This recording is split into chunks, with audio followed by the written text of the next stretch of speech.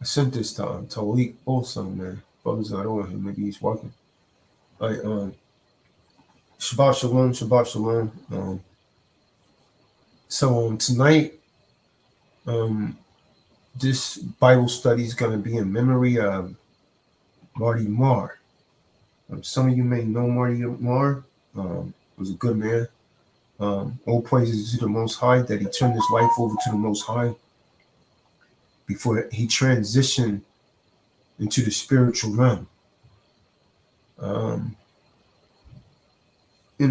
Some of you are pretty new.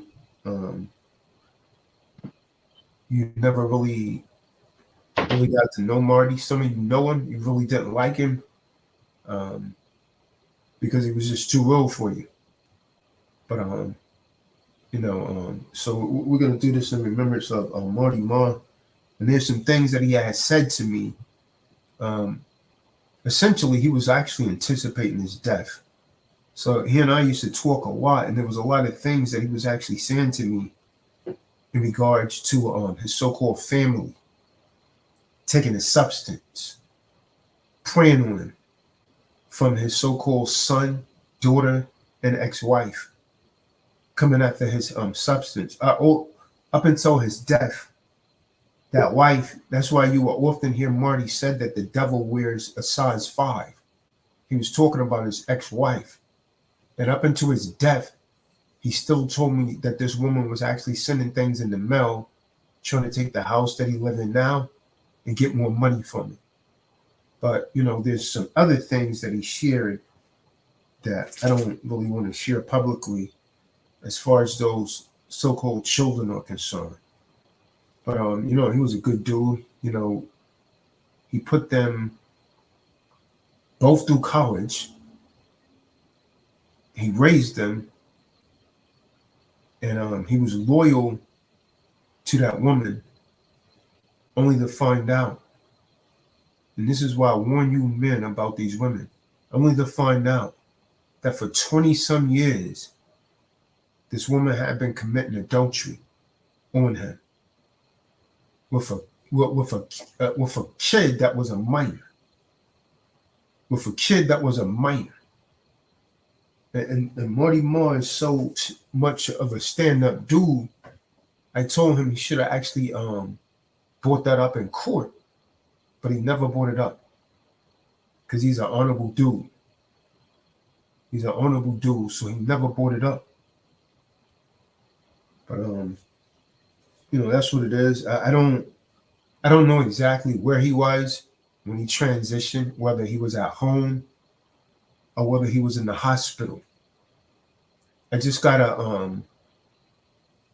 about a 1.5 sentence email from his cousin that told me, and I'm not sure exactly why he waited a week after Marty was dead to contact me, but I just saw an email from him this morning saying that Marty passed away last Thursday.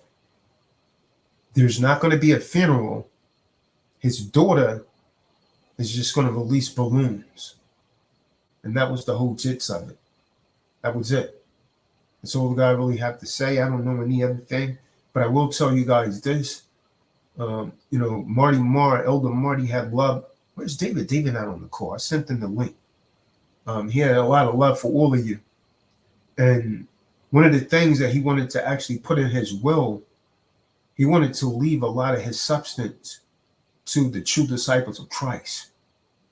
He wanted me to put his property in a trust and donate it to the true disciples of Christ. And one of the things that he asked me, he said, if I leave this with you, can you make sure that my damn wife, ex-wife, and these children don't get a damn thing because they're trying to make my life hell.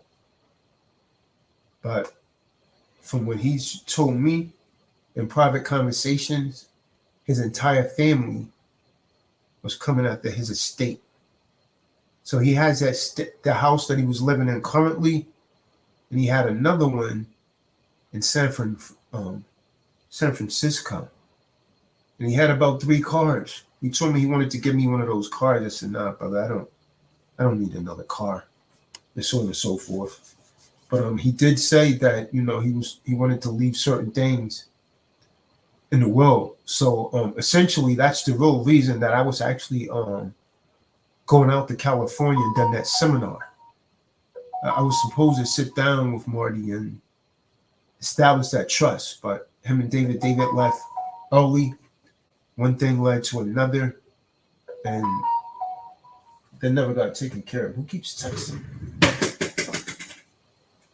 So, with that being said, any of you brothers that knew Marty, you know, you have anything that you like to say, you can say it. Then, you know, we'll just, you know, go into the scriptures. I'm going to try and call David, man.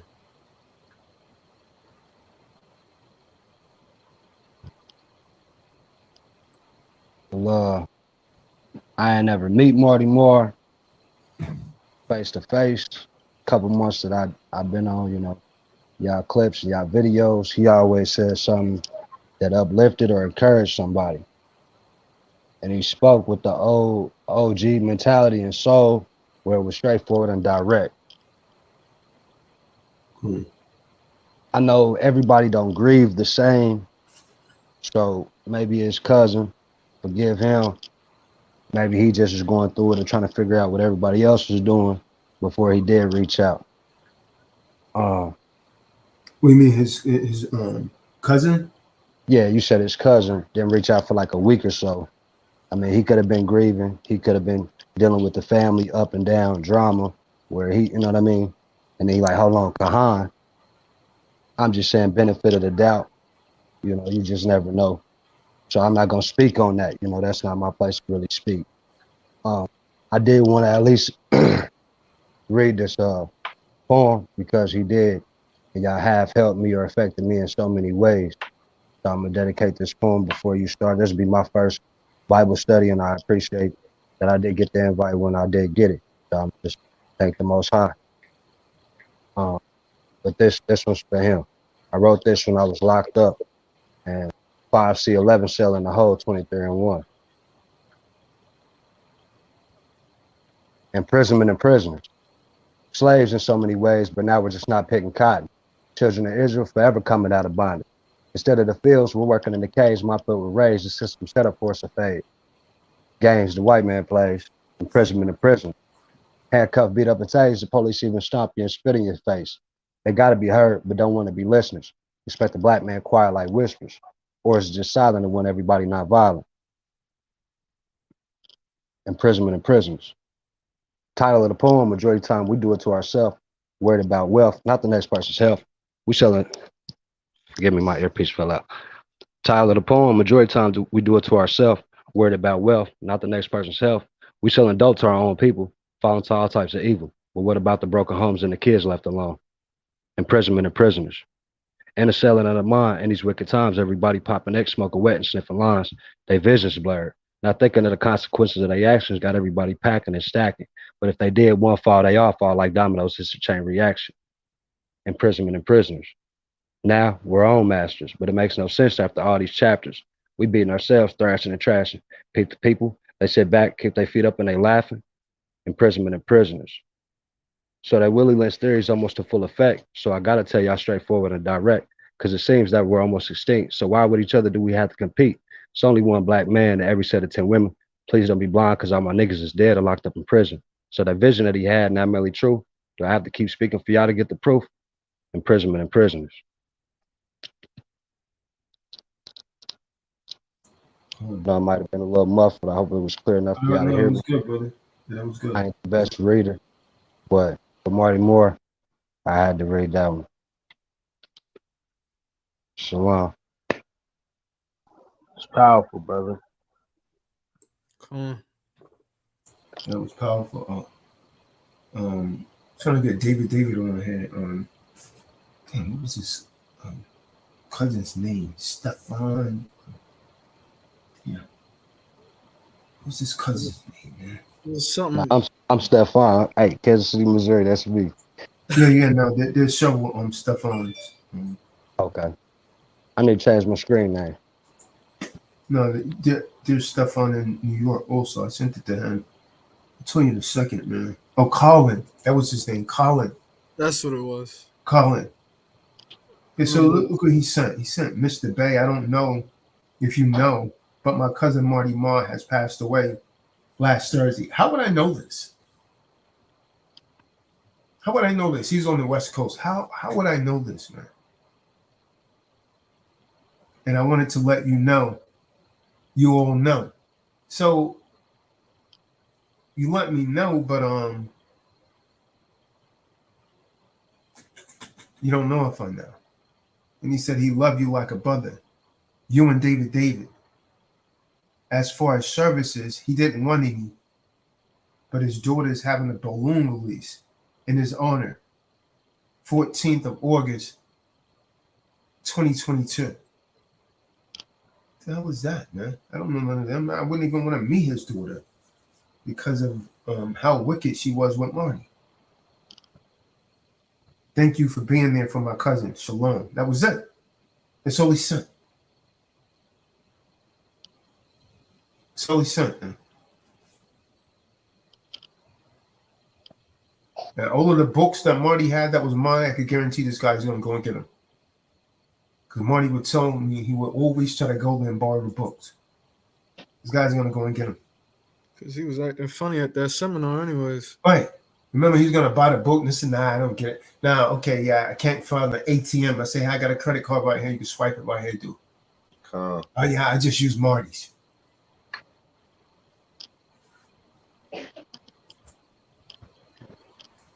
Either he was really broke or he was just cheapskating it. It's only two type of relatives. You really in need or you just trying to get over? Yeah, he was the other one, man. Because he wasn't in need. Marty told me that guy was pretty well off. His cousin.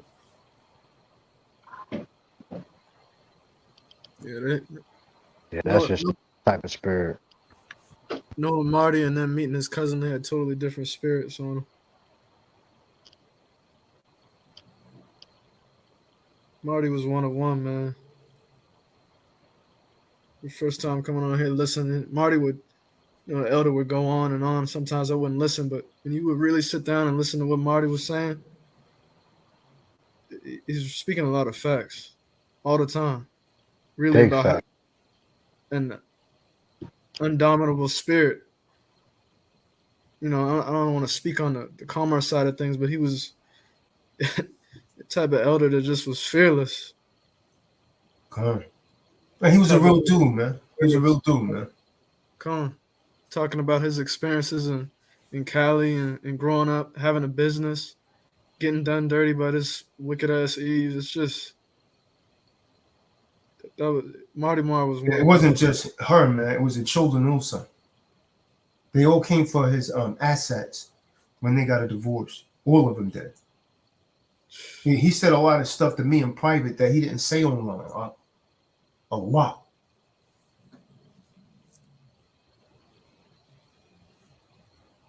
When I read that, when you had said that this morning that he had passed up, a precept came in my mind. I want to bring it up. It's the book of Yeshaya, Isaiah chapter 55, verse 6 through 7. Seek ye Yahweh while he may be found. Call ye upon him while he is near. Let the wicked forsake his way, and unrighteous man his thoughts, and let him return unto the supreme Allahim, and he will have mercy upon him, and to our supreme Allahim, for he will abundantly pardon.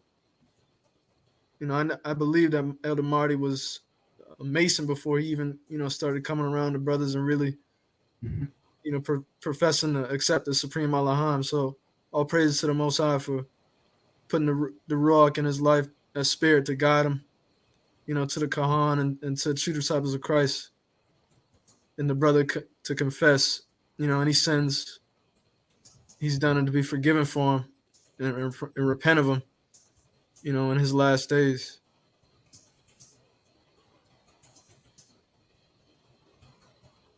He The good thing is he accepted the Most High, man. You know, before he transitioned, because when we first met him, man, he was a whole different dude, man. Come on. He was a whole different dude. He was caught up into all that more science nonsense, masonry, and you know, just a whole different dude. But he was very spiritual at the end. He realized to be the secure party creditor that you had to accept the Most High, man. He realized that in the end, man, towards the end. And he kept emphasizing how glad he was, you know, that, you know, he was around people like us and he learned this, man. That he learned this truth, man, before he transitioned. And he used to tell me over the phone, yeah, Kahan, you know, I lived a good life, man. Yeah, I'm going to leave this. I think I'm going to leave this land over here to, you know, T-Dog. You know, I said, Marty, listen, man, I don't want your substance, man. I'm not one of those people. I don't want your substance. He said, yeah, I know. But I know you'll take care of it. I know you'll never stop doing what you're doing because it's in you. You can't stop, even if you wanted to, because that's what the Most High made you for, is what you're doing. So he said, I would rather go into someone like you because I know you're going to take care of it. But whatever you do, don't let that BITCH get my stuff when I'm gone. That's one of the things he will always emphasize, man. Always. And don't you know his mom outlasted him, man? His mom's still alive. Mm. Yeah. His mom's in her 90s. She's still alive, huh? Yeah, when I saw him at the seminar, he was he wasn't in the best of shape, it seemed. Right. Yeah, you can see that, man. You can see that. I mean, the way he was walking, kind of, you know, crouched over, man. Con.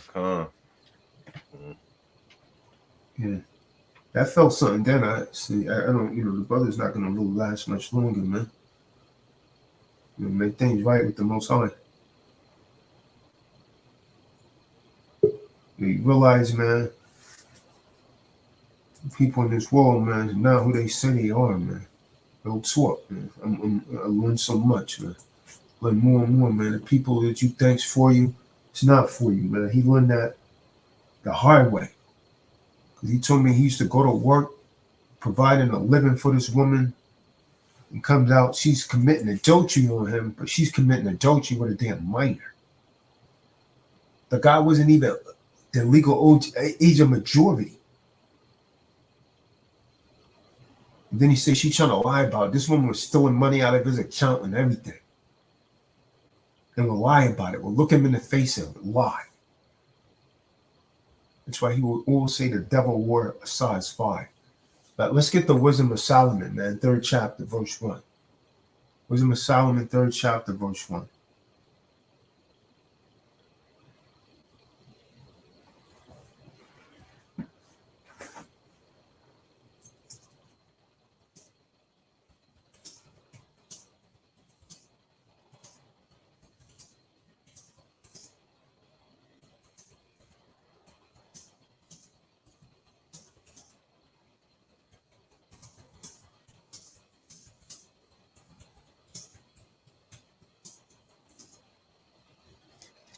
It's the wisdom of Solomon. Chapter 3, verse 1. But the souls of the righteous are in the hand of Yahweh, and there shall no torment touch them. All right, so you know when someone righteous transition, it says their soul goes into the hand of Yahweh. Yahuwah. When you read the scriptures, you'll find out that when evil people die, people always say they're going to a better place. It's not true. Because it tells you that those souls go into the chambers of hell. Those souls go into perdition. And those people are being tormented. Their souls are being tormented. But, you know, someone dies, you hear the preacher say, don't matter whether they're wicked or what, they say they're in a better place. That's a lie. You can't find that in the scriptures. This is why when you read in the book of Luke, Lazarus went into Abraham's bosom, but the rich man was in Hades. He was being tormented in the grave. His soul was. Okay, read, kid. Verse 2. In the sight of the unwise, they seem to die. Yeah, and so in the sight of the unwise, you think Marty Marr is dead right now. We never die, man. We never die, man. If you live according to this law, statutes, and commandments, you have immortality. Or if you don't, you're going to be in perdition. You're going to be tormented. Go ahead, King. And their departure is taken for misery. Yeah, so people start crying at funerals. I'm not shedding any tears. For what? I understand the scriptures. Someone died, oh, so-and-so. No, man, you prepare for this. That's all a part of life. Dying is a part of life, man. The departure is taken for misery in the sight of the unwise. Those people don't really understand the scriptures. They get sad, they put on black.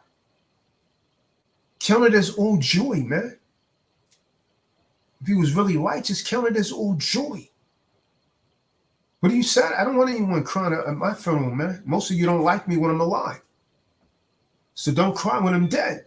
Don't pour out no damn liquor for me and oh yeah, he was a good. I don't want to hear that, man. If you ain't show me no love when I was alive, don't do a damn thing at my funeral. Hypocrites. So that's why Yahushua kind of was like, let the dead bury their dead.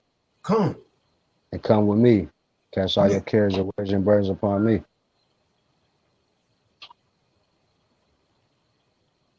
You mean that they was spiritually dead, right? Yeah. Come. Go ahead, King. Wisdom of Solomon chapter 3, verse 3. And they're going from us to be utter destruction, but they are in peace. But they're in peace. So the righteous are in peace when they die. What more peaceful place could you be if your ruach, actually in the flesh, is going into the hands of Yahuwah? You're in peace. Go ahead. For though they be punished in the sight of men. Yeah, in the sight of me, so he dead. Tells a doc died. Marty Marr died. Okay, well, why'd you that? It's a part of life. Crossing over to the next stage. They say, yeah, I knew this was going to happen. That's why the Most High killed you. You find a lot of stupid, ignorant Israelites that say stuff like that.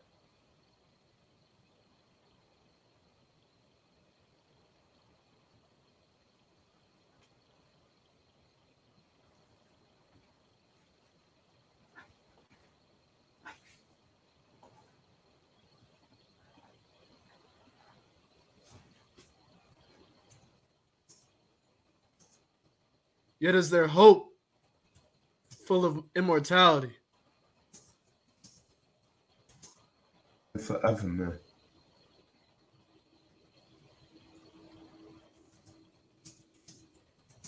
And having been a little chastised, they shall be a little chastised, haven't been a little tested. Because the scripture said in the book of Hebrews, the Father chastised those whom he loved. If you were without chastisement, then you're bastards and not sons. So if the Most High love you, he's going to chastise you. He's going to put you through some tests. You know? It's kind of like anyone, you are builders in masonry, in construction. If you're going to build a building, and you need a building built, you have a stone that's known as a cornerstone. If the cornerstone of the building is faulty, the stability of the entire building is in jeopardy. So if you're going to use a stone for the cornerstone, you have to put a test on that stone to make sure it's strong enough to endure the pressures of that building.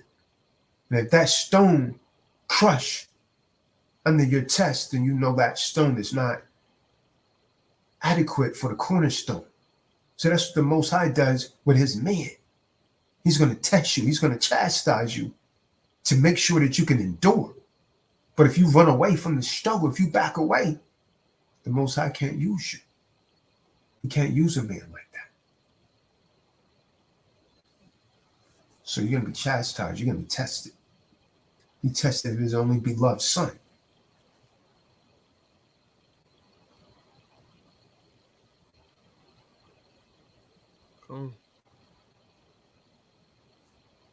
And having been a little chastised, they shall be greatly rewarded.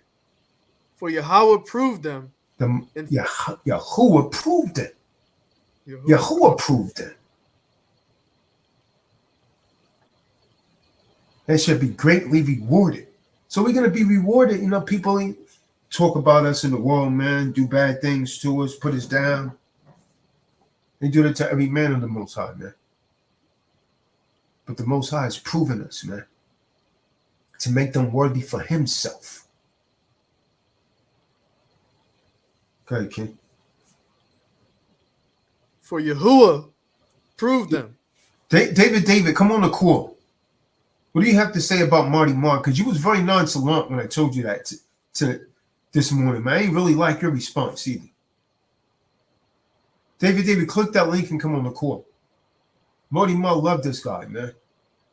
You know, these people that's acting real nonchalant, I don't know if they really didn't care about him or maybe they're just concealing, you know. See, you know what the problem is, man? A lot of people don't know how to give love because they never had proper love, right? So a person that don't, you know, that hasn't been loved appropriately, they don't know how to give love. They don't know how to say, yeah, I love you. And so that's a big thing for them, man. They feel like they're doing something wrong, you know, because they was never taught to love. They don't know how to give love, man. You can't say something nice about someone in their absence, man. You put all your damn personal differences aside. He's transitioning over into the spiritual realm now. You know less of a person, a man or a woman, you know, if you just speak out how you feel, regardless if it's love or you grieving. Everybody just here to deal with it and cope and move through it. And it all makes us stronger. You know what I mean? But David and Marty Marr, a couple months I was on here, y'all kept me going in. Y'all should be in everybody like y'all whole squad, all the T-Lock. You know what I mean? So the good, bads, and the uglies, it's love and respect. I'm here. So David, where you at, man? Let me hear you.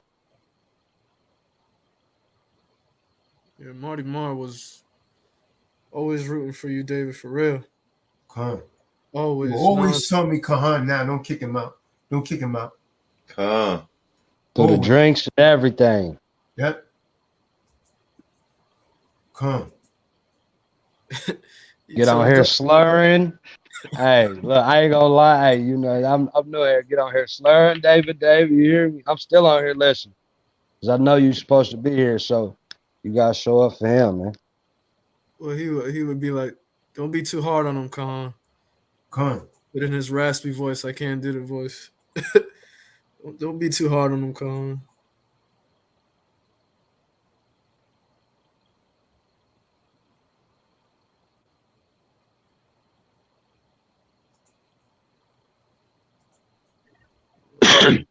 I think I came in on the tail end of meeting the elder Marty Marr. I mean, I never actually got a chance to meet him, but I remember, you know, just joining some of the groups, and him really being passionate about you know, the whole process of becoming free, as far as the SBC process, and also just really the spiritual aspect of it. You know, not just the you know, understanding commerce and things. I mean, that's always important, right? That's the way we do business in the free world. But just the spiritual aspect, I remember him always saying, you know, if you want to party, if you want to, you know, you want to drink or do drugs, this is really not for you. Cool. And that really settled with me, really pretty pretty it settled with me because I remember around the time when I first started coming around, I didn't have a lot of elders in my circle. So to hear someone who, and you can hear through his voice that he's been through some life. So I Mhm. always I always took heed to that, and I never did a lot of crazy drugs in my life. But, I dabbled in a little alcohol, and some other things, but never nothing, no hard drugs and like that. But I just remember him always emphasizing that and really putting and really giving a lot of respect to the whole T Doc community. Of course, uh Kahan, but he used to always shout out other members as well. And that really stuck with me. So the one thing that I always remember of him was that he always spoke honestly, and he always spoke words of encouragement. And I think that's what a younger generation like myself and others, it's good to hear that, especially if you don't have that in your immediate um family. You know what I mean? So I always remember him and that. And I used to always tell my rib like, I like Marty Marr. And I like David David too. I always thought David David was interesting. But Marty Marr, it's funny because I was just thinking like not too long ago, I was gonna ask one of you brothers like, yo, what's going on with Marty Marr? But I didn't feel like I was at that place yet. Like I didn't really know him like that.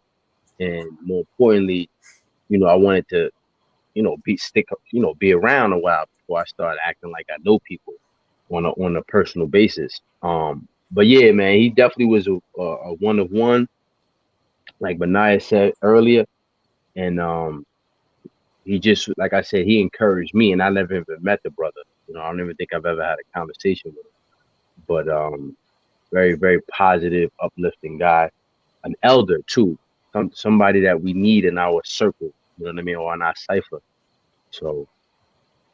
Come That's all I wanted to say about the brother Marty Marr.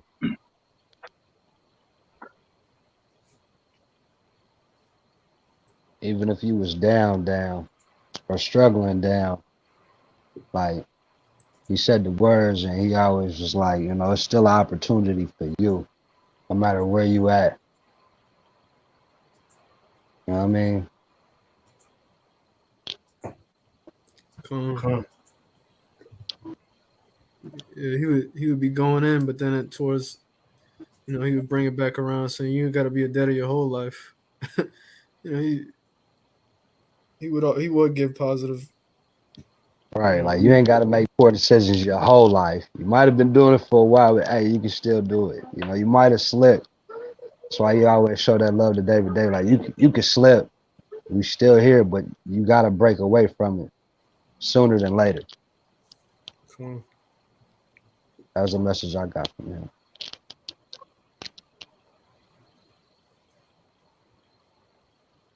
David. God, hasn't said anything yet. Giving all praises and honor to the Most High. Now, I'm going to tell y'all something, young ones. This is going to be your rodeo. And you're just going to have to get on that horse and get knocked off that horse like Paul did. Now, that's what I viewed Marty's doing. He got knocked off his high horse and he came around to the true disciples of Christ. Let me tell you something. That man was loaded. And he was a real deal. See, let me tell you something about people that speak their mind. See, poor broke people, they don't speak their mind. Now, you can stop me where I'm lying. I'll wait. All right. So I had a chance to go. I'm spent some time with him, and he was comfortable with himself. See, young ones, this is what you got to do. This is why you want to be a secure party creditor. This is all I'm saying. I know this is a different venue here or genre, but what the Kahan is trying to help you do is just be yourself. He's not trying to make no clones. And I'm telling you right now, just a few days that I spent with Marty Marr, he was not a clone. No, he was not a clone of nobody. And I don't know how sick he was. I knew that there was a problem, and then just the caregiver in me couldn't leave him after I got around him. I saw some things, and I was like, okay, well, maybe I better spend a little more time with him than spending with the Kahan. Are you kidding me? I need to be with the Kahan. Just like that young man just told you. How y'all put up with David and that y'all keep restoring him. See, that's biblical. And it's okay. So anyway, I'm rambling. Let me tell you something about Marty Marr. He meant it.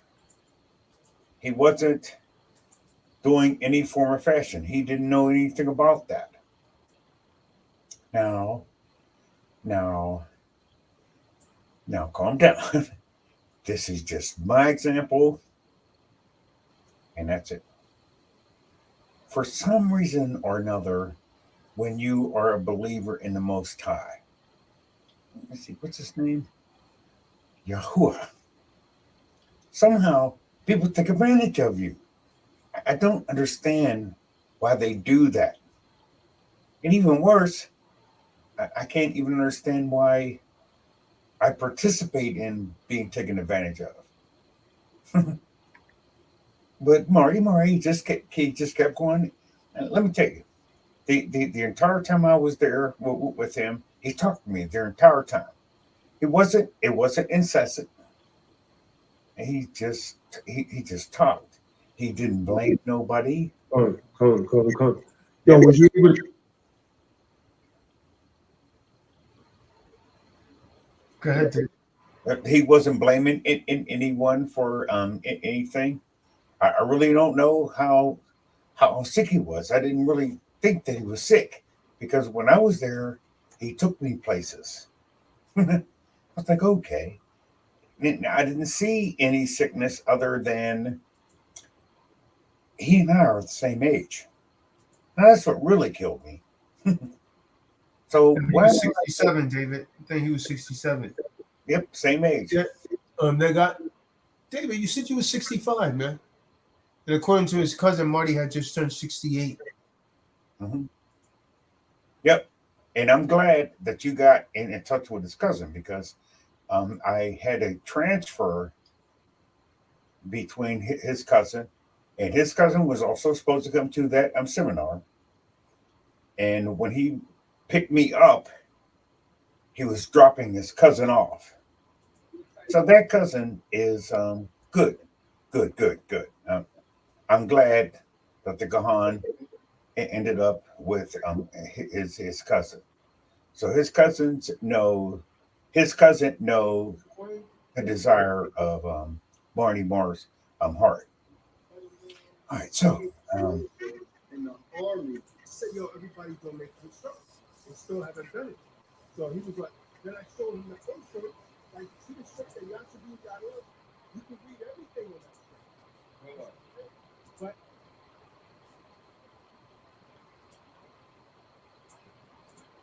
go ahead, David, you can continue. okay, so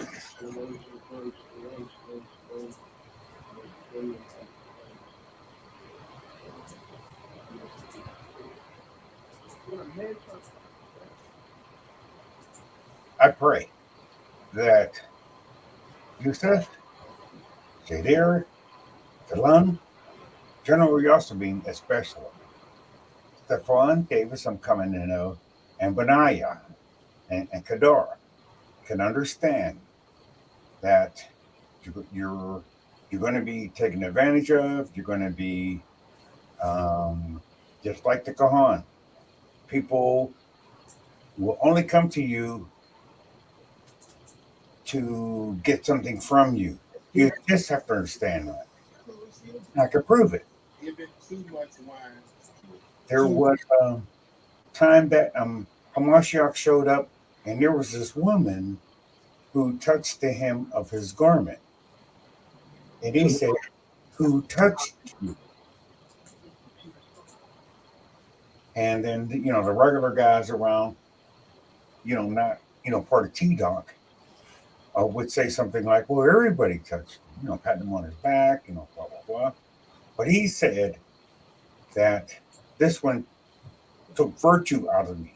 So You kept the scriptures, as Catholic says, it was.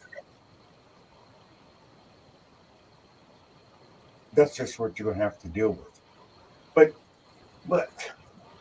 what they take from you doesn't come from you. If it's money, if it's, what you guys outside of us, outside of T-Doc, outside of the D program and enlighten your people, they think of it as money. It's always an opportunity for you to say something about the Most High. Sometimes you'll say it right. Sometimes you'll say it wrong. Jurisdiction, etc. Here.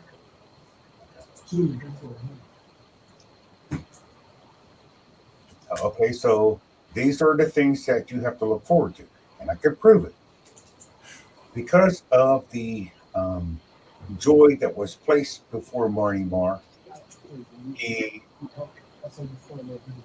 went to the next reality. It says he was the real deal. I pray that you all have a real deal person in your life. Okay, let that person get close to you. The Kahan said something once that was kind of shocking to me and kind of amazing. He said, "Yeah, I trust David because I know he would never sell me out."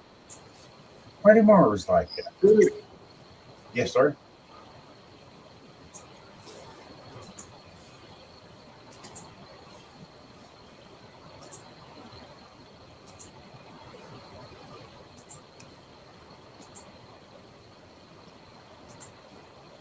Oh, all right. So this is what's going to happen. I bet. Super. Oops. All right. So these are the things that I want you to look forward to.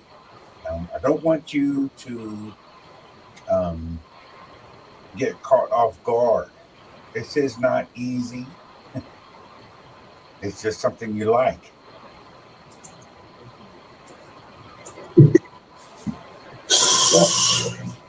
Seduction. It is the most powerful instrument out there today. Your weaponizing your material. Discharge. Every time it has worked for me. My deepest, darkest moments, it always has helped me, and it is the only thing I had to keep upright. The Most High blessed me, man. When He sent you, man, with secure party credit, it is salvation. Most of you don't get it, though.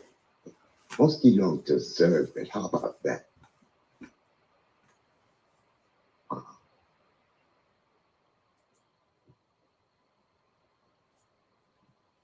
Don't deserve it. You come over here and you take, and you never give back. You're unappreciative. You don't even try to get it. This is spiritual.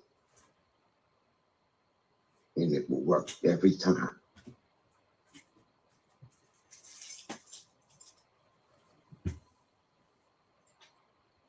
Well, thank you, brother, for all you gave to me, man. You gave me the power to believe in something again.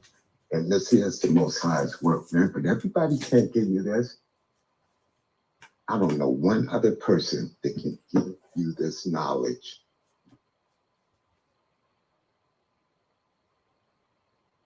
The way it's meant to be given to you, the Most High.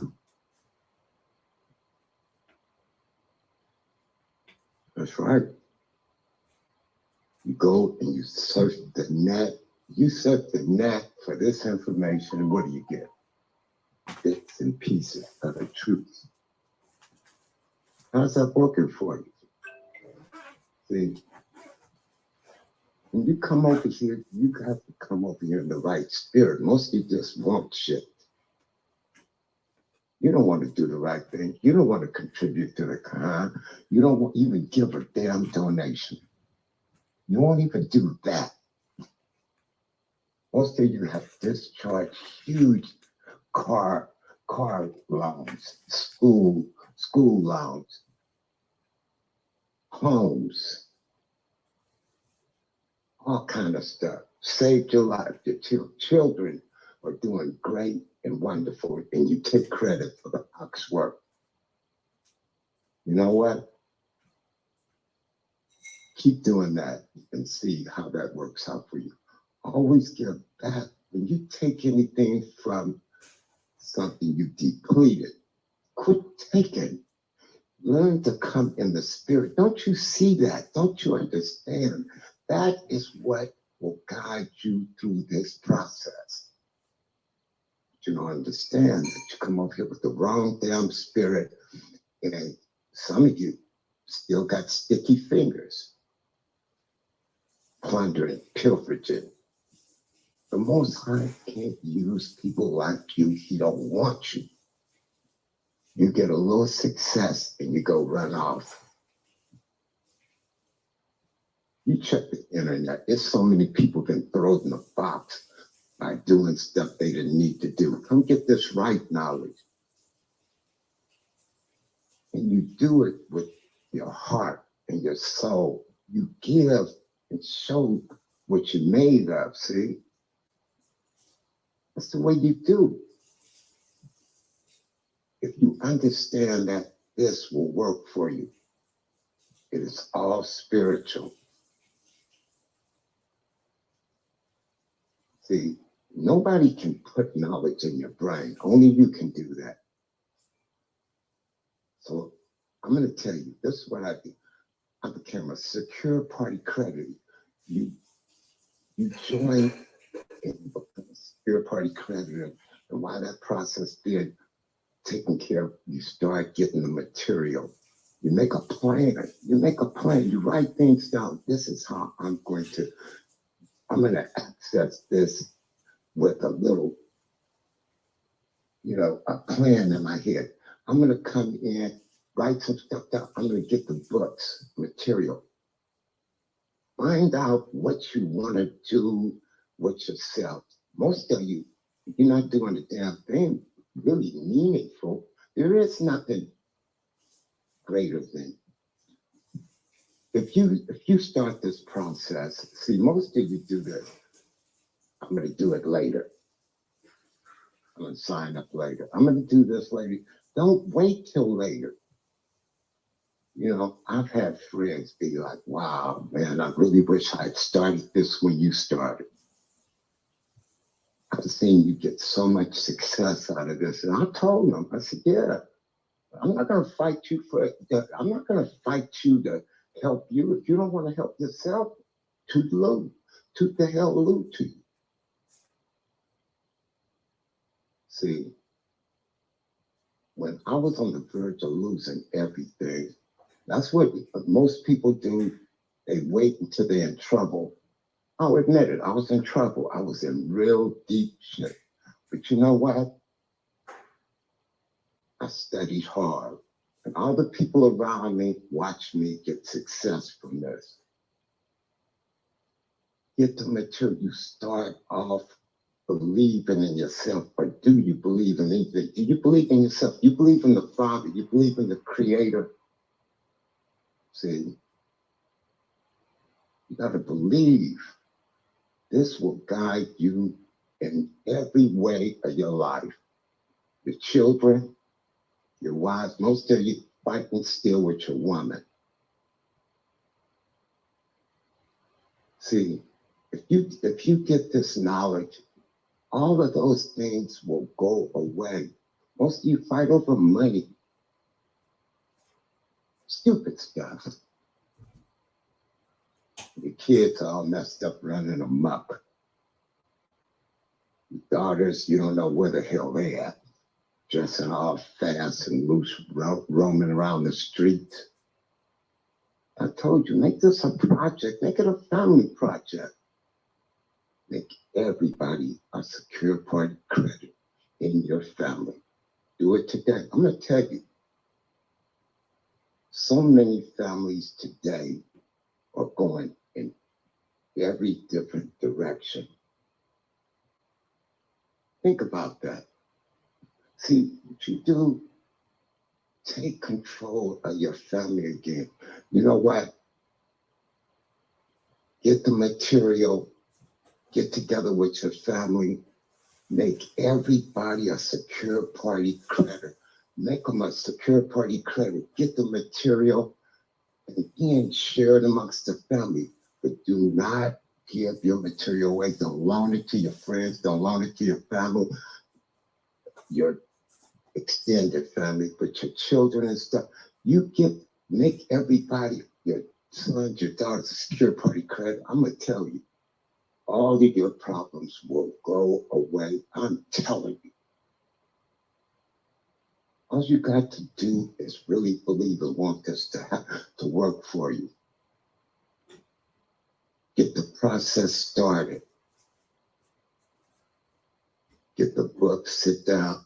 I'm going to tell you, instead of watching the damn football game or watching the Academy Awards, watching stupid shit like that, where you see how some of our people lose control and come up there and do stupid shit stuff.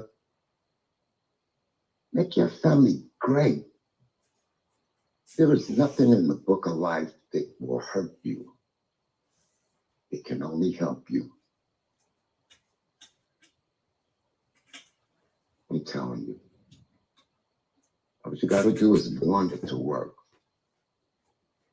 You and your rib fighting over money. She's at the club having cocktails. You over there, with the boys gambling, doing drunk, getting high, talking shit. You learn to live clean, eat clean. This will help you in every facet of your life. Healthy eating, healthy living, healthy thinking, and financial gain. Financially taking control of your lives and your broken families.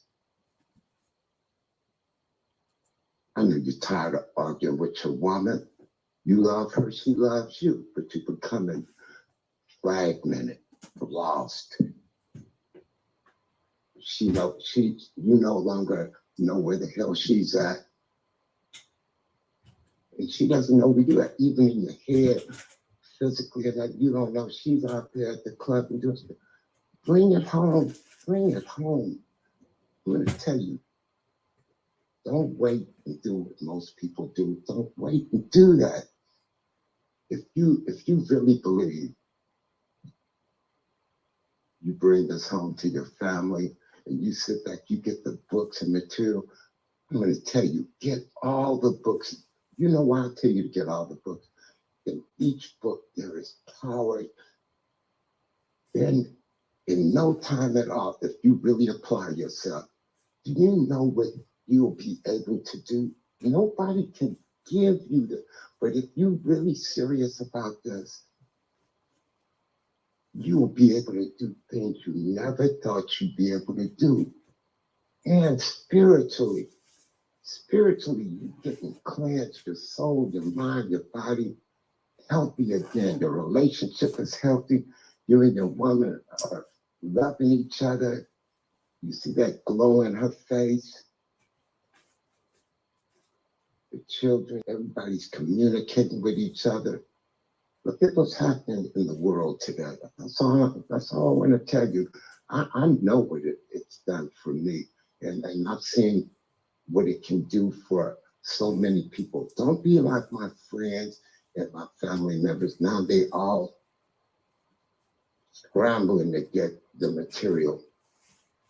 Well, take your time. Don't go crazy. This is a learning process. Take your time and do it right. Remember that song, Take Your Time, Do It Right? You did. That's what you do. You get in there and you go for it in a real way. All the things, everything will change in your life. Family, you will learn to love and breathe again. No more financial crisis. No more self-destructive things happening. Like you wonder what the hell's going on. Why is this shit happening to me? Why is it happening to me? Because you let it happen to you. It's not too late though. It's never too late. But why waste another day? You know what the people that watch me, they're like, oh, I don't want to hear about that. That shit don't work. When I was going through a divorce, 3 of my friends lost their homes, their relationships, their family. Some of their kids don't even speak to them anymore. They lost everything in this unjust society. You understand? See, the book of life is just as much a party as SPC. They work together. They bring families together. All of those things that's going on in your life, tearing you down, hurting you, destroying you. You will identify them and then they will go away, because I'm going to tell you, there are evil things in this world that you just don't understand, but you could. And you can do something about it too. Don't be like my other friends, you know. They lost their homes, everything. I'm still living a life. I'm living good, living clean. I'm happy. I feel better than I ever felt in my life. I wake up every morning saying my thanks to the Most High for sending the Quran to me. Everybody can give you, you know what? I'm sure that the Most High sent the Quran to help us. And what a lot of people do is when you turn away, if you turn away for this for a minute, I'm going to tell you, it can be gone just like that. You got to recognize and identify the things that are hurting you, that are tearing you down. You gotta do something about it. Don't be the type of person that just sit back and let it happen to you. Don't let it destroy your family. You don't even have an idea what's going on, but you will. All you gotta do is want to know. There are things out there that have been on you since the day you were born. And you've just gotten comfortable with it around you. See? And spiritually, you're not supposed to let that happen to you. But see, in the book of life, it says this: just because you don't really want to do anything about it, you're going to have to answer to that. Nobody can sit back and do nothing. You have to do something about it. See, just keep doing what you're doing right now. And I'm going to tell you right now, everything I'm telling you is going to happen to you. And you're going to wonder what the hell hit you. So, I'm just telling you, family, I'm really trying to give you something. This is the most precious gift I've ever got. I call it the greatest gift in life, to know who you are, to finally understand what the hell has been happening to you all your life and being able to do something about it. You did.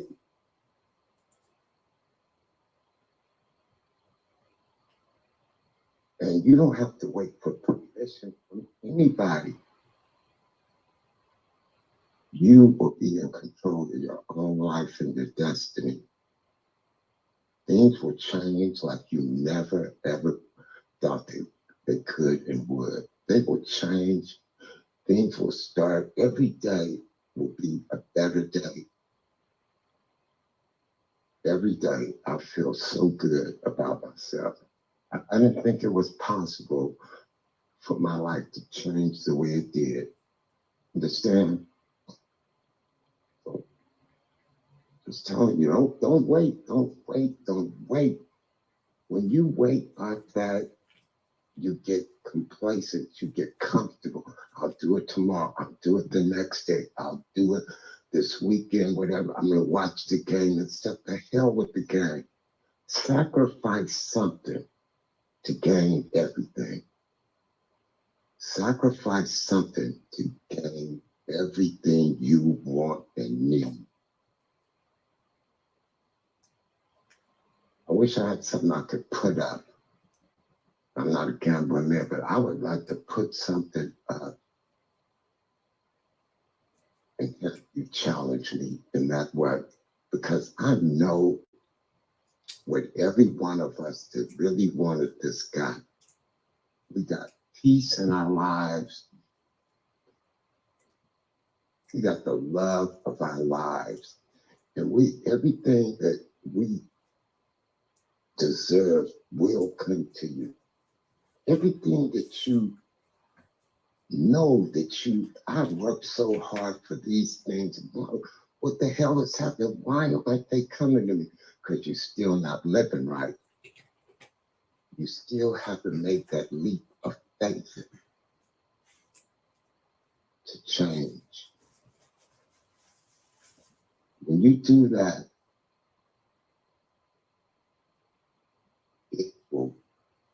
things will open like the floodgates open in your life. Don't lose everything that you have. Again, stupid. Don't do it to yourself. You don't have to do that. All you got to do is really believe and want this to work for you. I promise you. I guarantee you.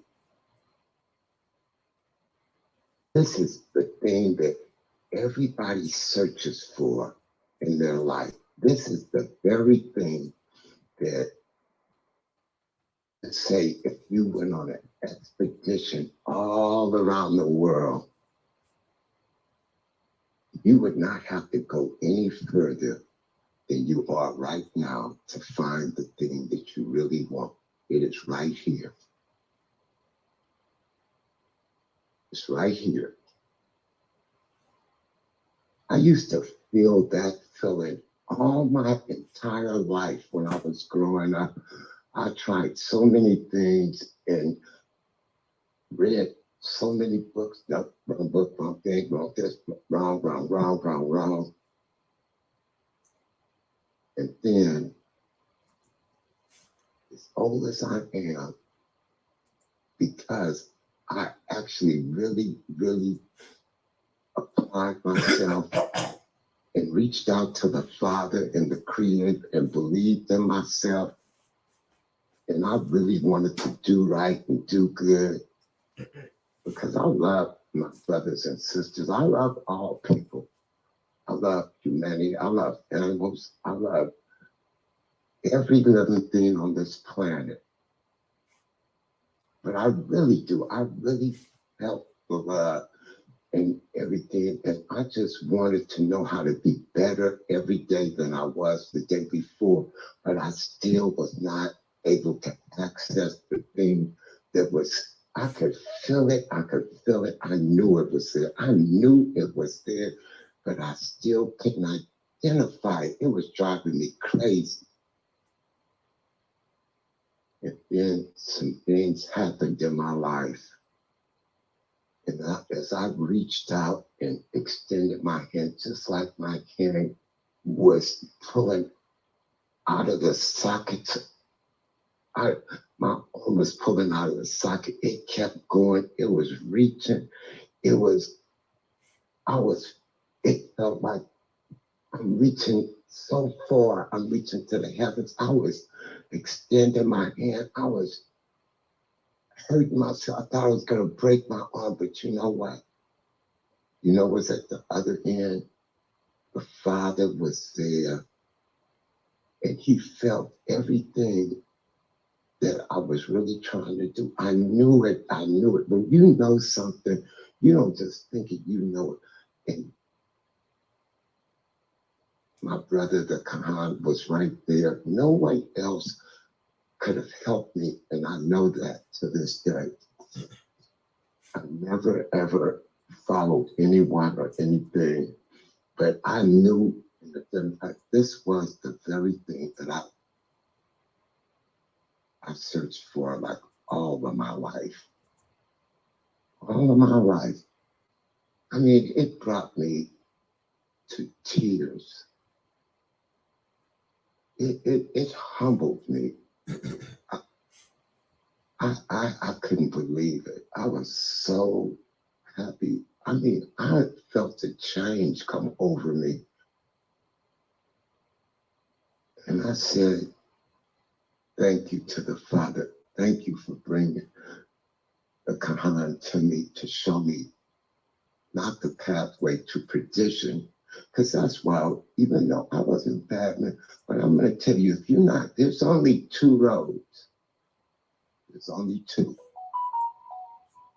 Either you're on the road to Shemaiah, the kingdom, or you're on the road to perdition. And you know where that leads, to the catacombs. Let there be no mistake about it. See, you see what's going on around us. You see it. You don't act like you don't see what's going on. Damn right you see it. It's unfolding right in front of your very eyes. Catastrophic destruction. Superpowers throwing hate speeches at each other and not getting. We don't have the power to stop them, but we have the power to stop ourselves. Collectively, we are the power.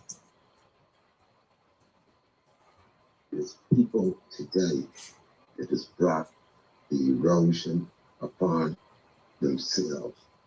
The world is being depleted. Whenever you keep on removing something, anything, it has to end somewhere. Where do you think you're at right now? Where the hell do you think you're at right now? People take, gimme, I want. Then you see it starts to erode all around you, wearing masks over our faces, bombs flying, little kids being blown to smithereens, husband and wives being separated because of war, arms and legs being removed from people's bodies because bombs are blowing up all around them where trees and flowers used to bloom. Once there was happiness amongst the people, but no more. We have the power to change all that right now. And you think, what can I do? I'm just one person. That's true. But people are collectively a member of a society, of the human race. They are human beings. We are the ones that make the change. But we must start somewhere. Don't wait because you think I can't do anything about it. I'm gonna tell you right now, the Most High is not gonna accept that. And you're gonna pay. You're gonna pay because it says this: no matter how great the deception is, we are all responsible to see our way through it. That means you got to do something. So why don't you do the thing that's going to save you? Why don't you try to want to do it? No more fighting with her. No more sleeping on the couch or turning up the bottle because you're trying to drink your problems away. Lift thy spirit and clean thy soul. Become a secure body creditor and let the time help you. His writings, his material, his articles transcend life, place, and time.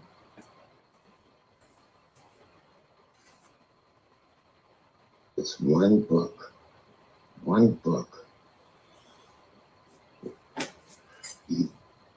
Each, you will be elated.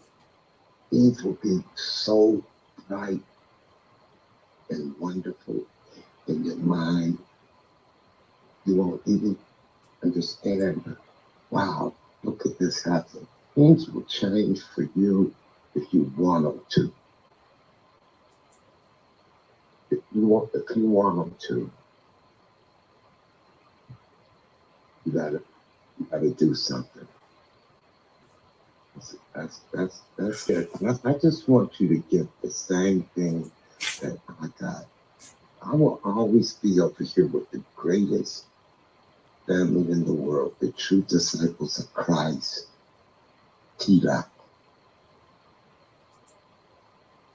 We are the real warriors where the Father created. And we absolutely are. If you join us, you'll see exactly what I mean.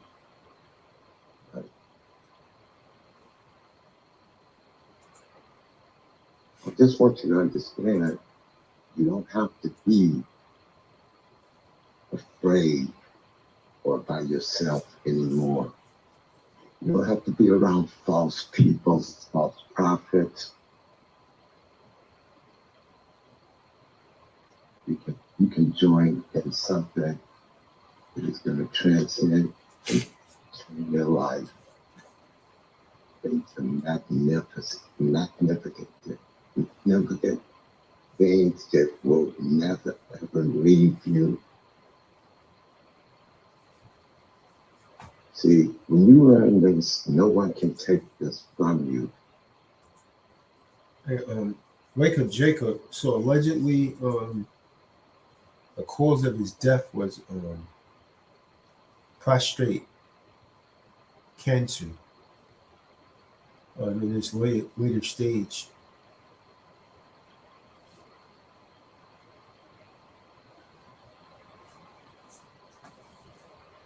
Wake Up Jacob, you can come in the room. Ask your question. Hey, Rem, what you got? What happened to Remy, man? He was in here earlier, man. Yeah.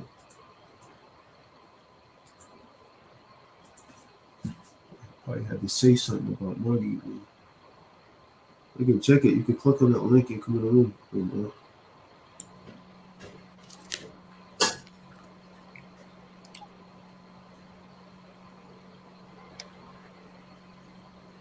Well, shalom, Shabbat Shalom.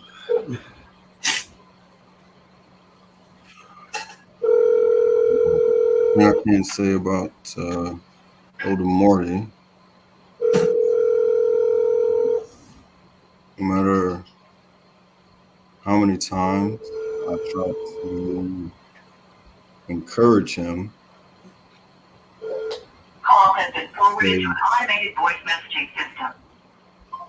stay alive or to believe, he would always flip that thing back around and, back on myself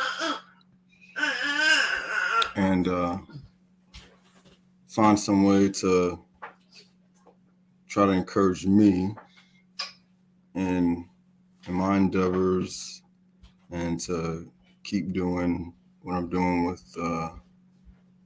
with T-Doc and giving, advice and encouragement in business situations and dealing with difficult people.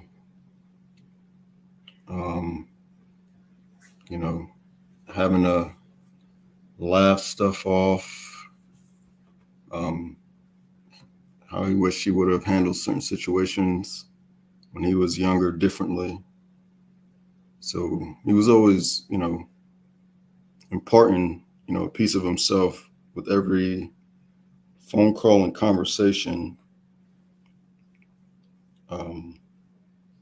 switching it around. So he was, and just giving it right back to me, I guess a little bit selfishly, ignoring the signs, just wanting him to stay, wanting him to stay around. Because when I first found out that he had issue with his health and the seriousness of it, I actually just lost a couple of family elders myself within 2 days of each other. I specifically told him, I was like, you really are it for me, as far as elders go. We all got things and stuff, with our so-called blood relatives and whatever. But he would always, profess that T-Doc is his true family. So I always agree with him on that. But yeah,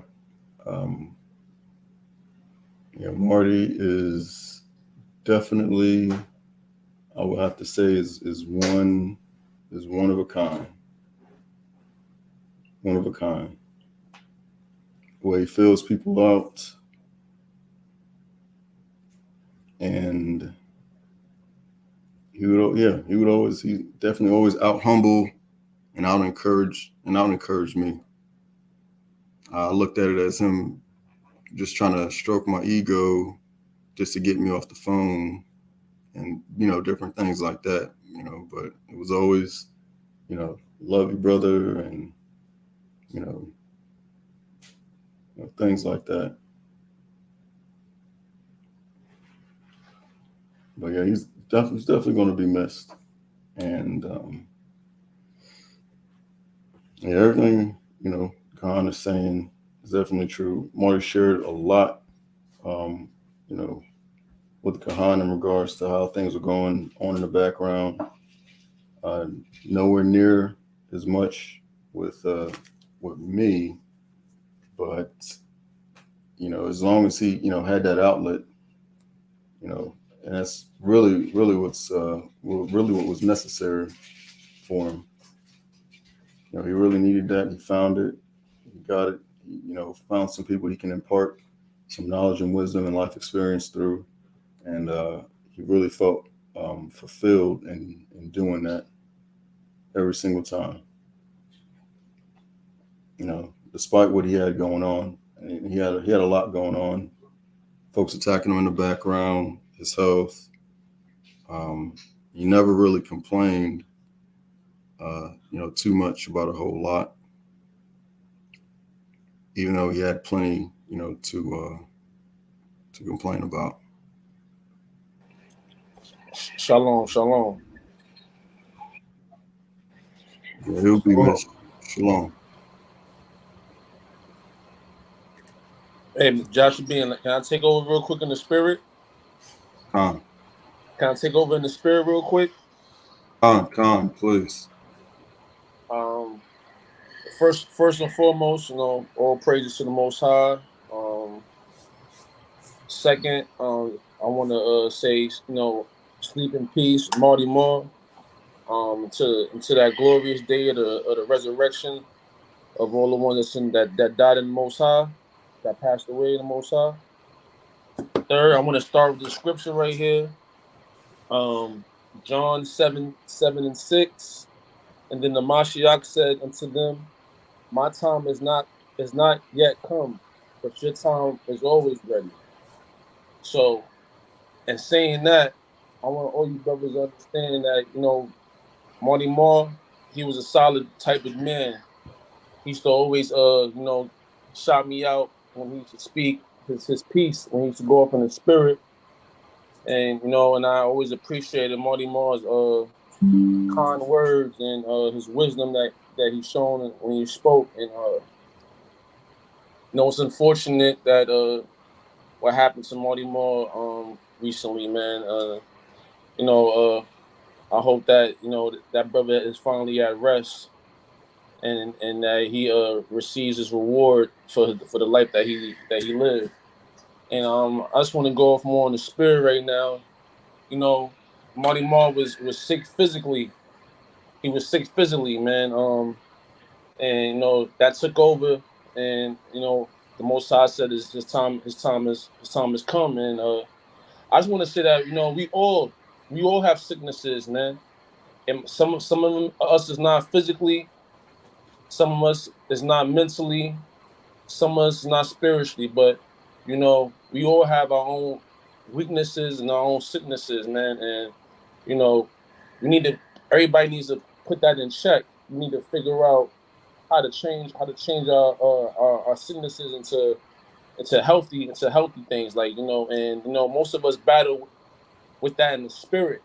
And I feel, and I Marty Marr was going through a spiritual battle as well as a physical battle.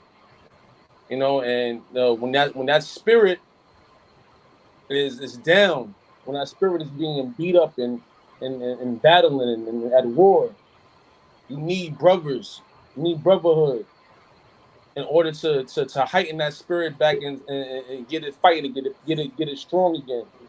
And he was battling demons, man. Demons that's physical demons that was in his life, that was constantly in his ear trying to take advantage of him, man. And if it wasn't for Kahan, wasn't for Tazadah and other brothers like on the panel, Marty Marr probably would have gave the ghost up a long time ago. But see, when you have that brotherhood, that the Mashiach came to earth and he recruited the brotherhood. It was 12 disciples. He recruited those brothers because he needs those brothers. He needs those brothers just like they needed him. Because see, in this world, man, you're gonna have two people. You're gonna have the real and you're gonna have the fake. And the fake gonna act like they real, and the real gonna get away from the fake. And they're gonna spot the fake. And you might not know that they think you fake. But it eventually everything comes out in the light, man. And Marty Marr, he revealed that to certain people in his life, and those people that he revealed it to, they did their best to try to give him support and try to put him in the right spirit, that he could have a fighting chance to keep on pushing in his wicked, the foul place, man, and try to make the best of it. But you brothers here, man, as you hear Marty Marr's words, man, you got to take heed to him, because that brother, he lives to be that age for a reason, and at the end, at the the third part of his life, the Most High, had certain brothers touch his spirit to unlock his potential in his truth, man. Because at the end of the day, that's all you really got. Listen, the Bible say, the scriptures say, man, forsake everyone, but don't forsake me. So, and saying that, man, your brothers may have certain things, certain valuables, certain possessions, certain things that you take you take to the grave with you. You know, certain things that you think is more valuable than others, but at the end of the day, it's all vain, man. The best thing that you can take from this place, man, is the having a circle that you can trust, man. A circle that promotes good, healthy living, good, healthy spiritual living, mental living. That comes that criticizes you when you make mistakes, but they do out of love, man. The Most High said that He chastises the ones He loves, man. And you know, certain brothers that I'm hearing about, you know, I'm not gonna say no names, man, but you know, have to have a real reality check, man.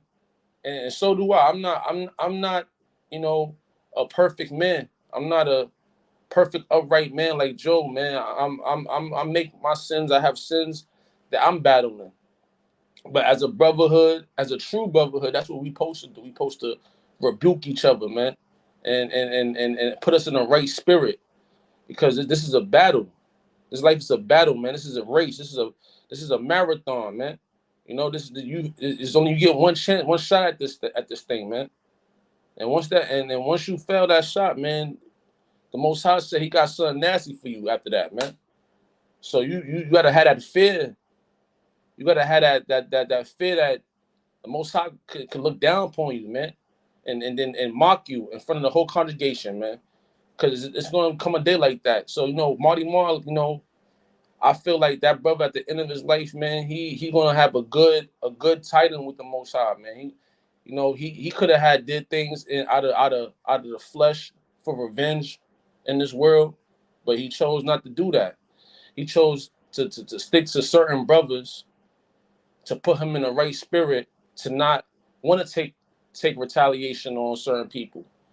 And you know, the Most High gonna respect that, because like he said, revenge is not yours, man. It's His. So in saying that, you know, a lot of brothers need to look at this situation of Marty passing and do a re-examination of yourself, man. Because my thing is that I'm the problem with my own problems, man. So if I don't get my problems straight, how am I fix anybody else's problems? How am I be able to aid anybody else if I'm not even controlling my problems? So, you know, always take a re-examination of yourself, and try to always reinvent yourself every day to be the best version of you, so that you can take that to the brotherhood and we can have a strong circle. Because, you know, as lions in this thing, remember the one lion can't go on the hunt. It's a pride that goes. It's a pride of lions that go on the hunt, in a team like fashion. It's a strategy in order to get that reward, and that's what the Most High respect. Because if He didn't respect that, He wouldn't have came. He would have came here and been lonely on his own mission and not recruited anybody in that circle. But He did. That's why we had the scriptures today, because he chose certain men to put his trust and His word in, so that it could spread around the whole entire world, and we can get this truth. And if you accept it or you don't accept it, it's up to the Most High at the end of the day. But it has to be spread, and it has to be fulfilled, His word. So you know through the Spirit, you know, Marty Marr, man, he had a lot of wisdom, and I seen a lot of things he was saying that, you know, I'm definitely going to take that to my consideration, to my own life. Because, you know, being humble is a good thing, but you also got to be austere like the Most High was, man. He was an austere man. You got to be about your business too, because He said He about His Father's business. You got to be about your business in this place, man. You can't let people run over you. You can't let people take advantage of you, because that's how you clock out this thing faster than that. When you constantly and battles with yourself on what you should do and who's around you, that make you want to clock out this thing, man. And so you got to make sure who's around you is for you. And if not, get rid of them, man. You see, I talk about getting rid of that woman all the time. Brothers too, because every brother ain't upright, man. Every brother ain't got your best interests, man. Some people is not your brother, man. It could be your enemy, but make it seem like they're your brother. Just like Judas, man. That's the reason why Judas is in the scriptures is for you to understand that, man. Everybody around you is not your brother. Everybody around you is not your friend. Everybody not around you not your dog at day one. You gotta examine everything, man. Even me, man. I examine myself. Make sure that I'm doing the right thing. Cause sometimes you want to say certain things, man, but everything, like the scriptures say, it's a time for everything. So, and saying that, I don't want to keep going and keep ranting, but I just want you brothers to hear that. That was on my spirit right now. And may the Most High bless Marty Marr in the spirit world, and reveal all things to him so that he get a better understanding on the choices he made in this realm. But now, I'm gonna let somebody else take over. Shalom.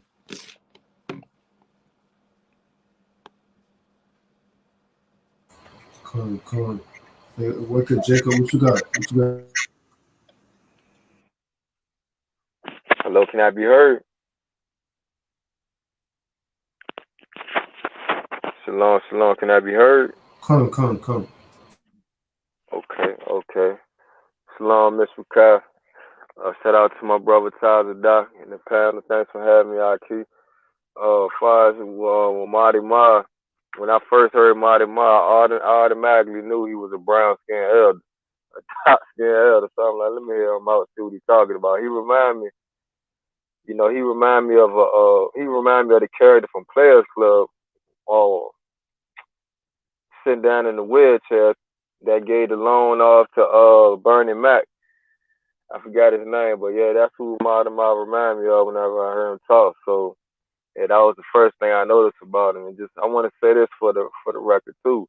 If his family members listening to this, if they tuning on, listening to this conversation, these brothers over here on T-Doc and his other family members, we won't trying to railroad and we won't doing nothing to harm them. So we always respect our elders according to the scripture and the commandments. It's commanded for us to stand up for the gray haired man, the hoary haired man. So over here, there ain't no flogging over here when it comes down to our elders. So shout out to Marty Marr.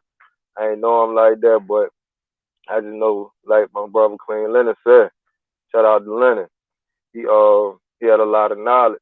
So that's why I tuned in. Even if he said something that I didn't agree with, I still let him vent and let him talk because I can get something out of it. So all his weaknesses I can identify, but I can add on to his strength. So that's why I always kept quiet as long as I can't talk. But yeah, it was sad thing, man. Cause I asked about Marty Marr a half a day ago. Matter of fact, I said, "Well, Marty, what's going on with Marty Marr?" I keep telling the doc, contacting him. Said, "Man, he's sick." Will asked about him. Well, Benaiah asked about him. Said, he wasn't looking too good or something of that sort. I think with Benaiah. Hold on, did Benaiah say? Anyway, I just know Benaiah was checking up on him. I can't really recall the exact quotation of what Benaiah was speaking on, but yeah, he definitely was checking up on the elder as a young king, as a young prince, as he's supposed to, because he keep the commandments in the scripture. But overall, man, it's a sad thing for Marty Marr. Sad thing. And shout out to General Yashabin for keeping this thing going. I wasn't gonna speak on it, but I'm just loud as the flow. I praise y'all for that, brother, for Yashabin. Some of the fact is, Yashabin, some of the fact is he actually was like Taza Doc Crutch and held him up shoulder to shoulder like the other elder said. I think it wasn't. I ain't giving Yashabin all the credit, but if it wasn't for that brother, Taza Doc wouldn't be, what I'm saying, on the level we at right now, that extra push. We all would need brothers, and Yashabin was that link for me too to keep going. So Yashabin, if you hear me out, Aki, I'm glad y'all made and you was around. You went to them meetings, cause Aki he had people around him, but they won't as committed as you are. So hear me out, Yashi, man. You better not give up on me, bro. For real, don't give up on me. You better keep going. But yeah, shout out to all the T-Dot family. Shout out to Taz the Doc again. One time for Marty Marr, yeah. And all you haters out here, you ain't gonna stop me. You ain't gonna stop my brother work. So just keep hating.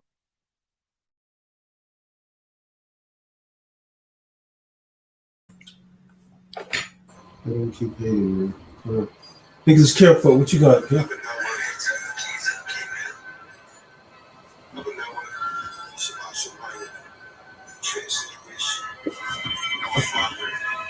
Niggas careful. Go ahead. I'm not getting any audio on my phone here, but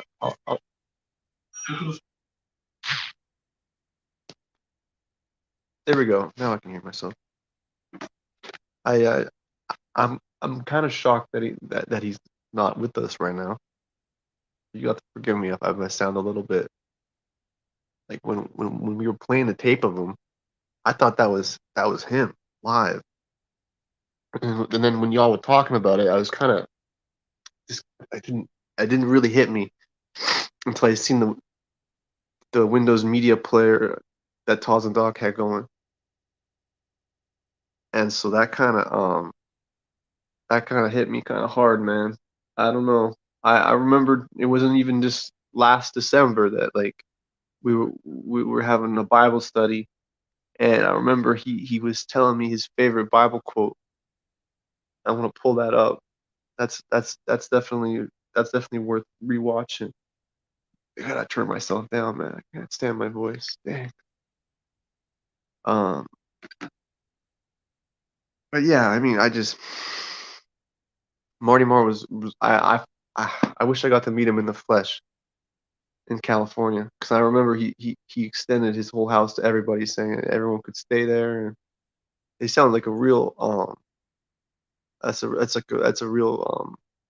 that's someone with a real big heart, man, and that's someone who has a lot of compassion, cares, and that's he's taking a risk too, because you're inviting complete strangers. So I mean, that's he's a brave man, and you know um he was always real sweet, and sweet is like not just sweet, but he's a good one. So you know I I pray for I know I don't need to pray for him, and I know I don't need to be sad for him, because he was a good one. I'm glad that we got to know him when we did, and I'm sure he's imparted a lot to us, and there's even more reason to go back and listen to those classic videos of him.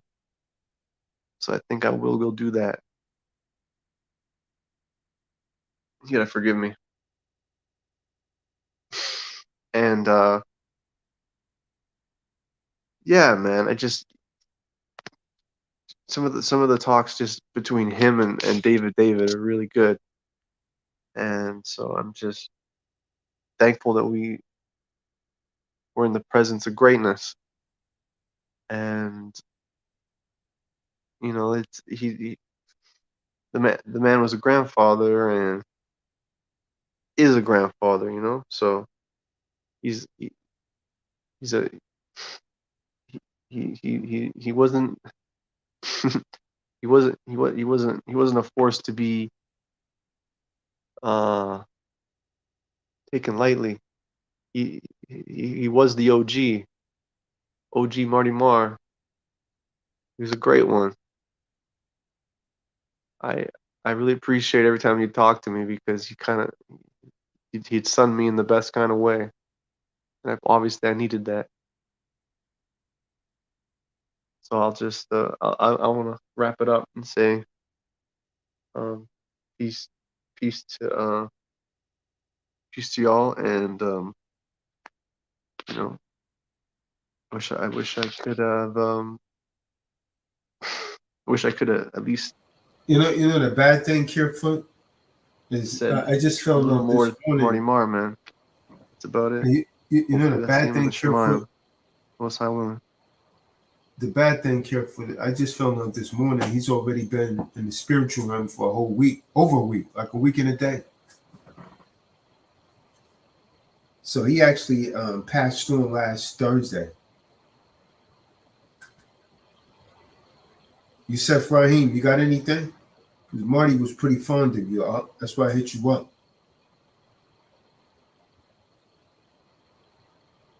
Yusef Rahim, you still there? Absolutely, King. I'm here. I ain't going nowhere. Yeah. That's why I hit you up, man. Because Marty was, he kind of thought a lot of you, man. Yeah. I'm grateful. I'm Yeah, grateful, man.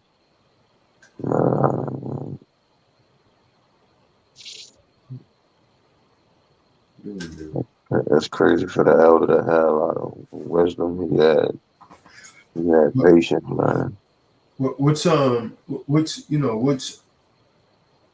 bothering me is we don't really know anything. And he was always telling me we're the only family that he really had, because his biological family was constantly trying to cross him.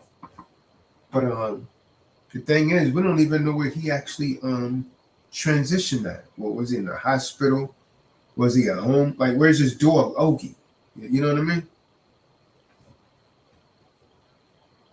David, he actually went inside of Marty's house, man. He's the only one of us that actually got to go in his house, and the guy's not really saying that much.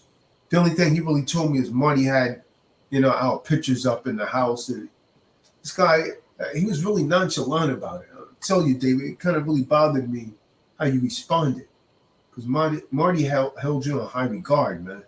He stuck up for you a lot of times, man. Well, see, this is what you have to understand, young one. When you reach a certain age, you're going to be acquainted with other people's deaths. Now, I'm telling you right now, I'm drinking right now because of other people's deaths. It's the last thing that Marty will actually want you to do, man. At least for once in your life, show some respect. It's not the way to get rid of your problems, is to go and, put a bottle to your lips. You keep putting that glass dick to your lips every time you have a problem, man. That's not what Marty would have actually wanted you to do. But hey, man, to each his own. Hey, listen, I was with him and he didn't say that. Now you go on and read somebody else's mail.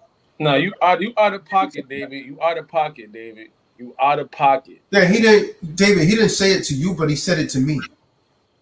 You really want to know what he said to me? He told me, he said, David, he's pretty good, but I couldn't tolerate him. You want to know the truth? I'll tell you the truth. Okay. He said, I couldn't tolerate him much longer. He said, you went there, you kept leaving the damn lights on. He had to keep going behind you and turning the lights off. He said, you left the gate open and his damn dog got out.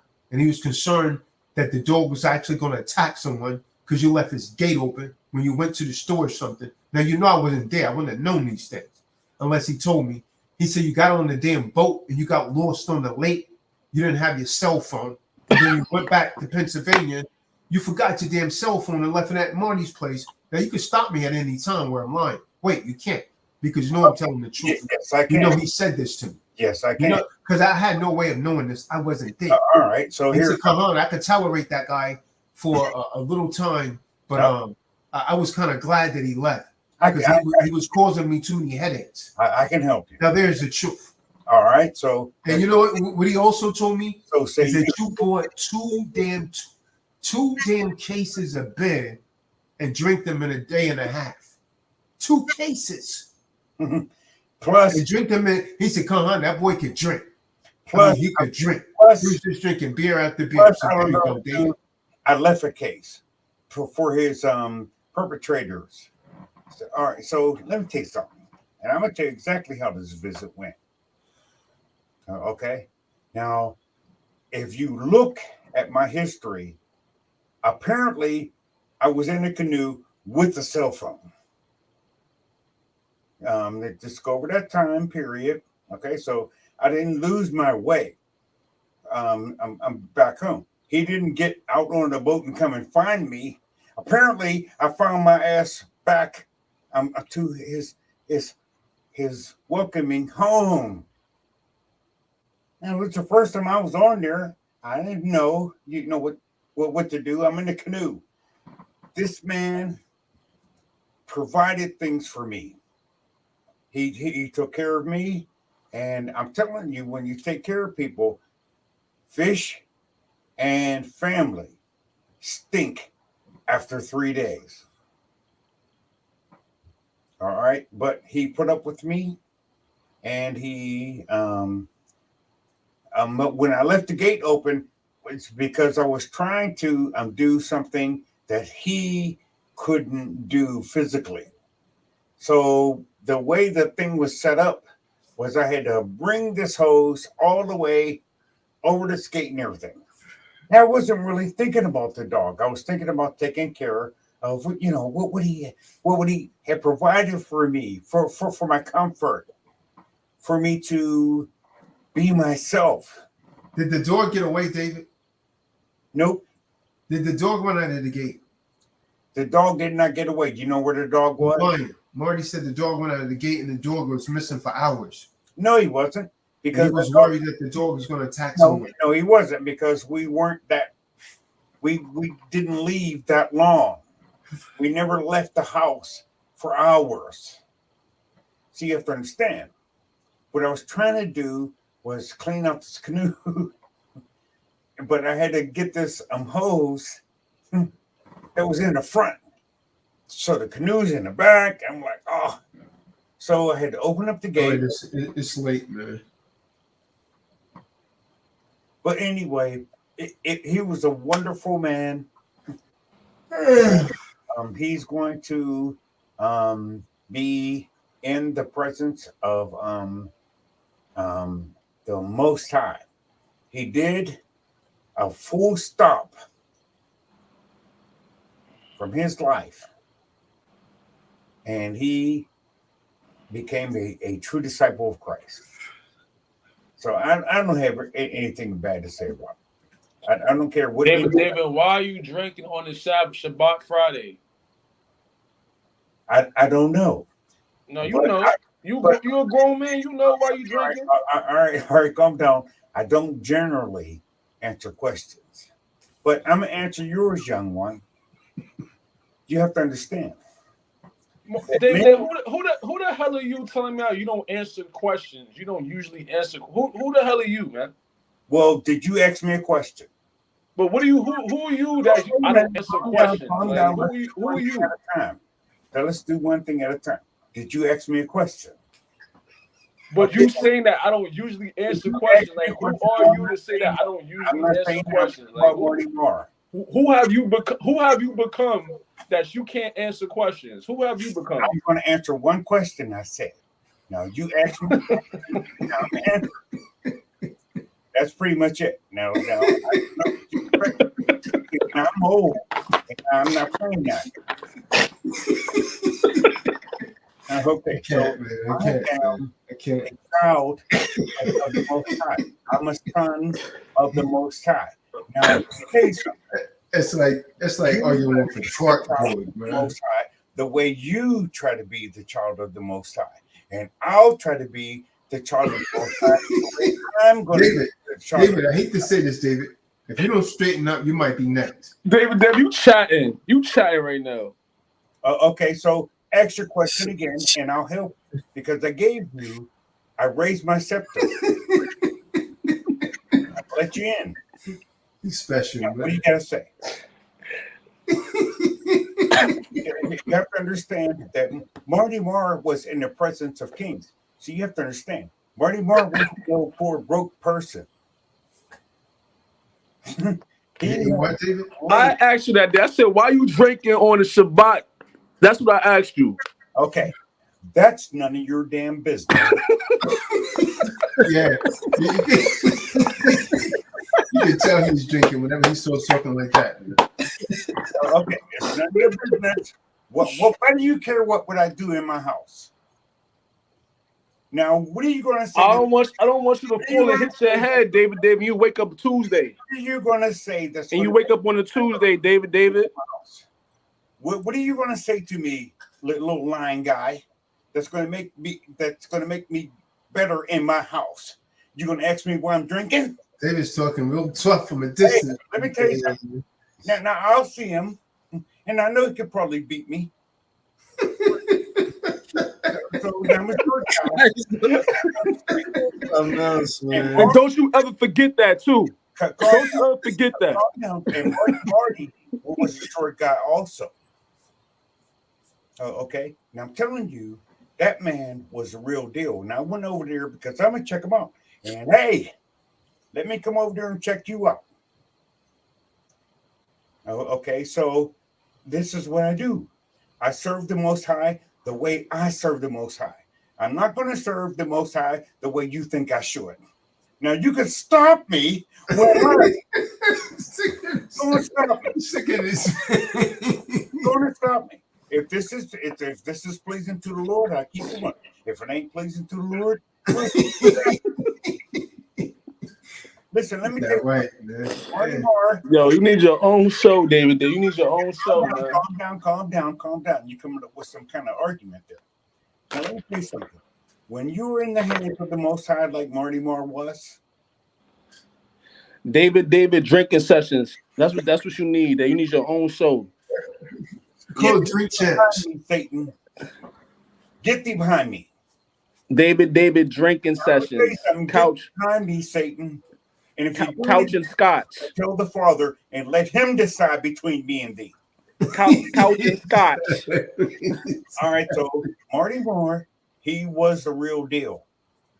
He went through a lot. You have to understand. David, why you don't turn the lights off when you leave the room, David? He said that you didn't turn them lights off, man. You pay lights. I didn't.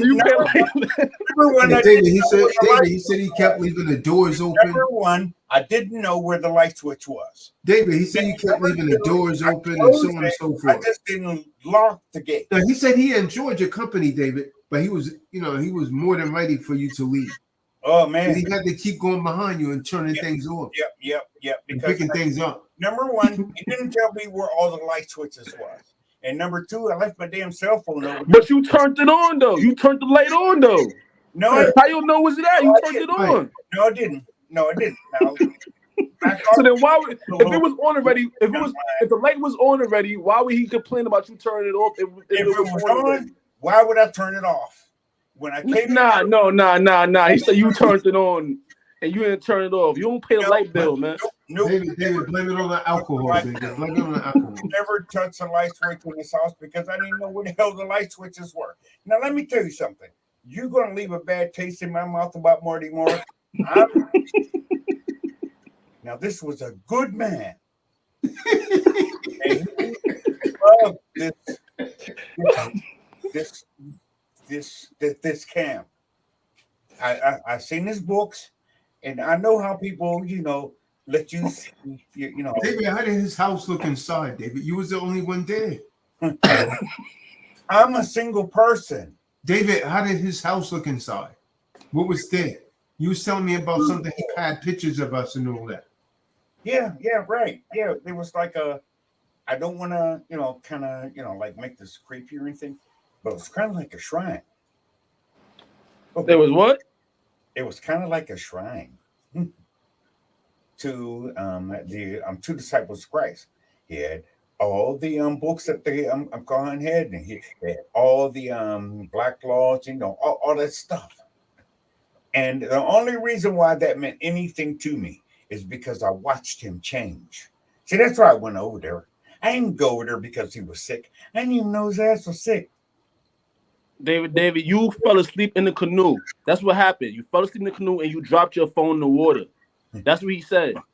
Get thee behind me. I told you before, Satan. Accuser of the brethren. Now I'm trying to give the honor and due that is I'm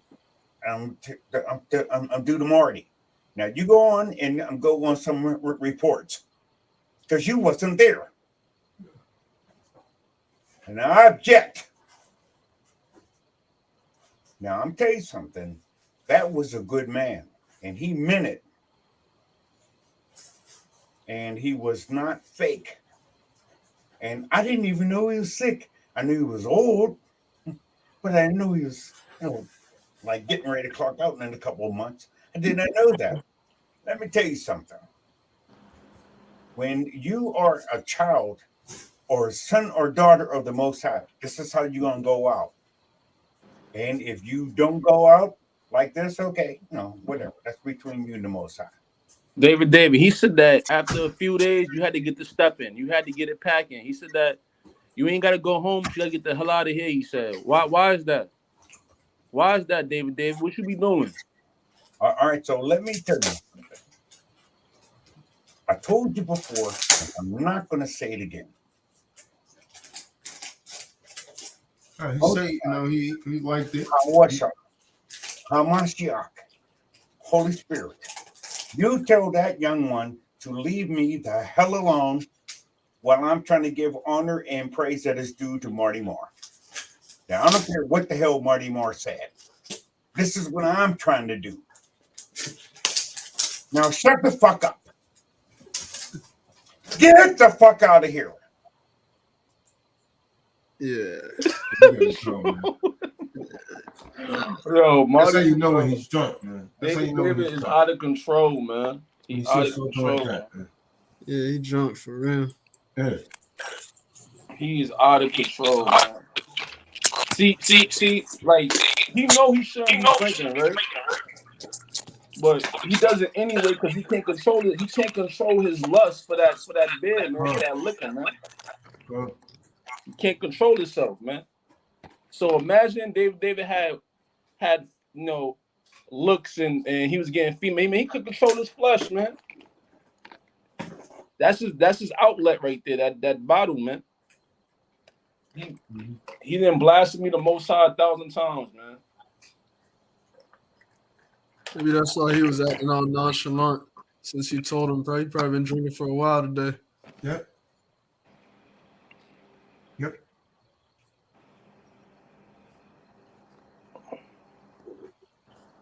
Yeah, man. David out of control, man. That's the one bad thing about David is he always tried to justify his position. Yep. Like a wicked woman, man. Always trying to justify their wickedness, man. And spirits just started coming out of him right now, man. Spirits and that alcohol. He said, leave me alone. What's wrong with him, man? You're a grown man, bro. As a grown man, one of the one things you don't say is leave me alone. That's what women say, man. I never try to use that. I never try to use sorry and leave me alone. Those make you weak, man. Those are weak terms right there. The transition he just did right there, man.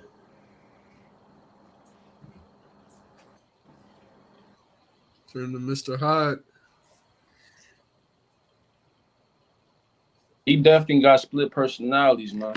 The spirits up.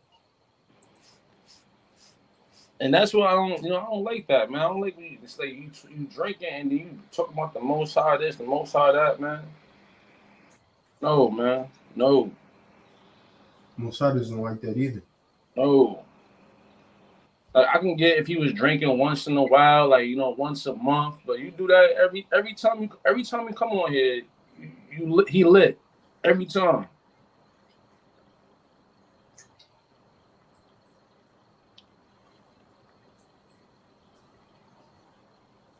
Was he Coming, man. Was he lit in that video when y'all made that music video? Was he there already? No. Nah, it was... So he was sliding his hand down his arm.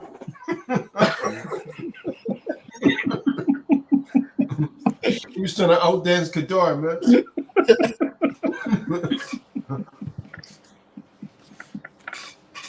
Looking like Jim Carrey. He's competing against Kadar and dancing, man. See how he was sliding his arm, hand down his arm? He said that meant he was trying to show people that he was black. That's what he said. He was leaning in that one. He was leaning in that one, man. Worldly Negro.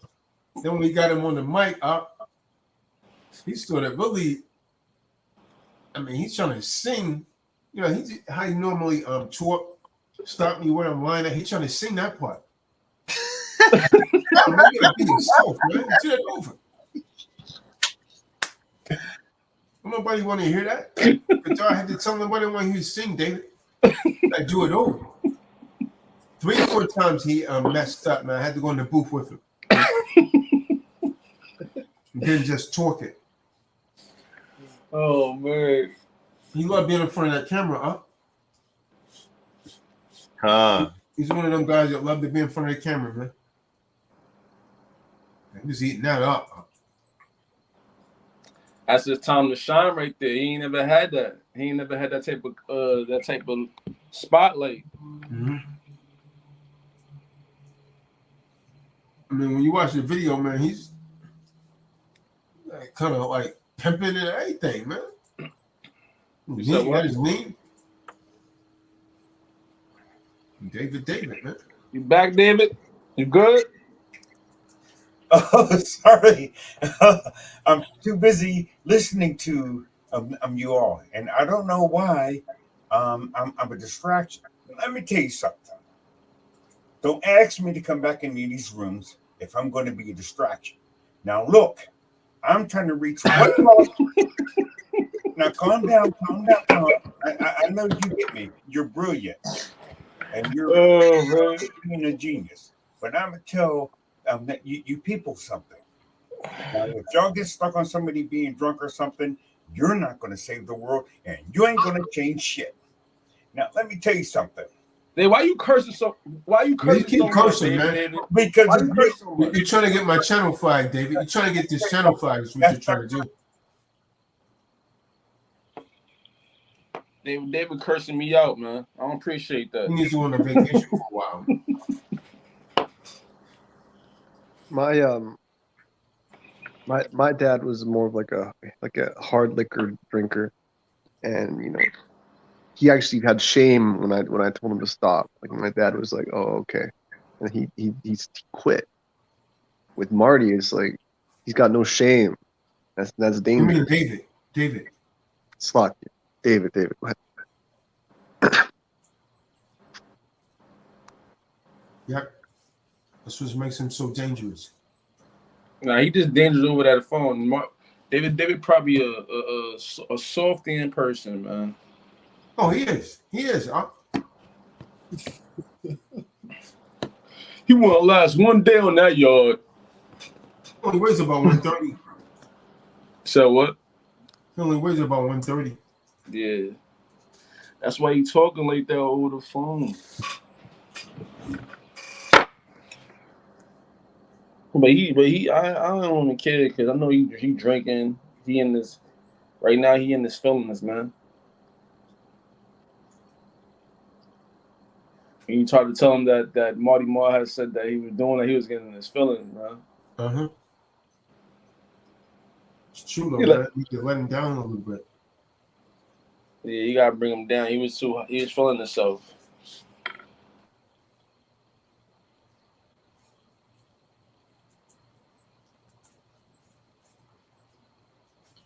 I'm not gonna let you IKs get rid of me. That's what he used to tell Kadar. Oh. I'm not gonna let you IKs get away from me. I'm never gonna leave you, Akis. Was there song we done, Divine Love? You gotta test her before you bless her. He said it in reverse first. He said it backwards the first time. Look at that. He's trying to sing that up. That line, he was literally trying to sing that line.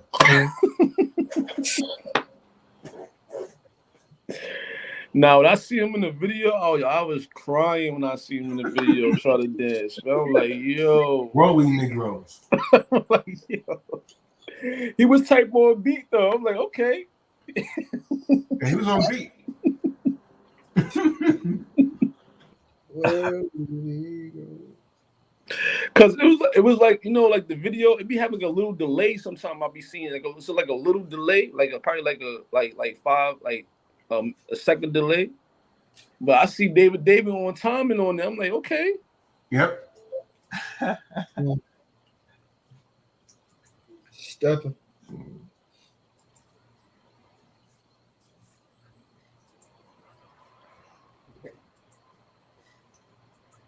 I'm about to go to sleep, man.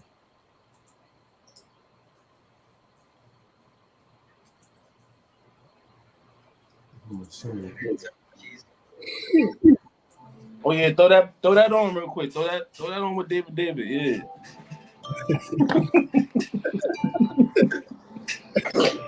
I'm talking to you early, Okay. Go. This is a warning for say people. Steady dealing poison to your people. When he come to your brother, murder she wrote. Guys rubbing his hand down his arm. Talking to you early, this is a warning for say people. Steady dealing poison to your people. When it comes to your brother, why you doing that with his arms? I'm talking to those worldly niggas. Can't tell them He took off his turban. Getting caught behind Rico. What are like the 10 Commandments? How many you know? What are like the bust downs and dime hoes? What are like the Louis belts and Gucci clothes? Expand your thoughts. That's a 10-block city zone. Beefing over property you don't even own. Ready to shoot at ops while it's with the cops. He looks so awkward right there, though. Like, eye for eye for Jake. For police brutality, you don't hear no burners. David. They look wild awkward right there on the side. Like, I'm my brother's keeper. Speaking to another man's life. Brother transgress against you. Speak up, man to man. Man of Yahweh. That's how you stand. I'm talking to you worldly Negro. This is a warning for say people. Steady dealing poison to your people. When he come to your brother, murder she wrote. Okay. I'm talking to you worldly Negro. He got some rhythm, though. This is a warning for say people. Steady dealing poison to your people. When he come to your brother, murder she wrote. True disciples of Christ, just birth hip-hop a future. Hip-hop is divine. T-Dot brought it back alive. Through the spirit of Yahweh Shah. Not chasing loot, yo. In the barrio, mommies be like, the hunt has a dog, he's so cute though. We love yeah, you, this my, I like this song though. The man's wanna shoot, so I let him know. I'm not sweating your rib. This is righteous rebuke, bro. Tells the dog, what set you claiming? T-Doc is neutral. Yahweh's unit. And we're slinging salvation. We're in the spirit now, out here. They look at us like spacemen. Play your part, haters, and keep on hating. Most people are waiting on our album to fly. Like it's the second coming of Yahweh Shah. Debtors, creditors, bust nuts, and shots in the sky. While evil ease of lusting and hissing. Want a high-value man, but you can't get this one. Rest in peace, Kevin Samuels, for all your upliftment. Shout out to Marty Marr, King of Cali. I'm talking to you. When we say shout out to Marty Marr, King of Cali. This is a warning for say people. Steady dealing poison to your people. When they come to your brother, murder she wrote. I'm talking to you early, Negro.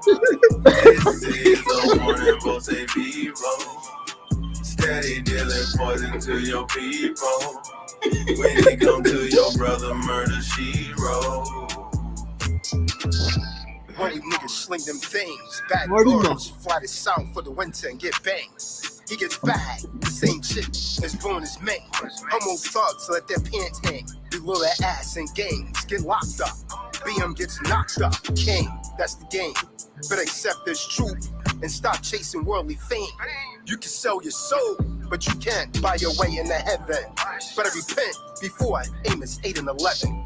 Forgive your brother 70 times 7. So it puzzles me how you abhor me. Stand on squares and talk astrology. No star is far as astronomical as me. 21 gun salute to Marty Marr, the king of cow. Worldly Negro. I'm talking to you, worldly Negro. This is a warning Cause I for got the say deuce people. in the Steady dealing in the poison pouch to pack your right there, people. bro.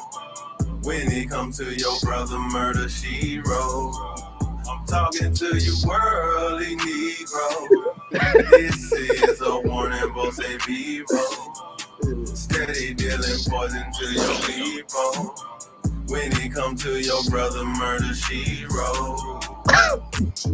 Worldly Negroes, worry about clothes, forget about the Man, look at kids David. running Look at David. nose. Missing high only just pushing blows. Spend the 715 in the hole. Come home mad to a world they don't know. Get in the spirit from your Yahweh Hey, he's a scriptures. cool Change your life, mofo, paint a man. different picture. Heal your heart through the word. Righteous suture. Heal your heart through the word. Righteous suture. I'm talking to you, worldly Negro. This is a warning for say people. They don't get that camera time. He ain't nobody get in front of him, bro. Right. When it comes to your brother murder, she wrote. I'm talking to you, worldly Negro. This is a warning for say people. Steady dealing poison to your people. When it comes to your brother murder, That's the move right there, man. Rubbing his arm right there. That's David David move. David, boy. Let's go, David. I was trying not to laugh because I would look at him while the song is playing. So,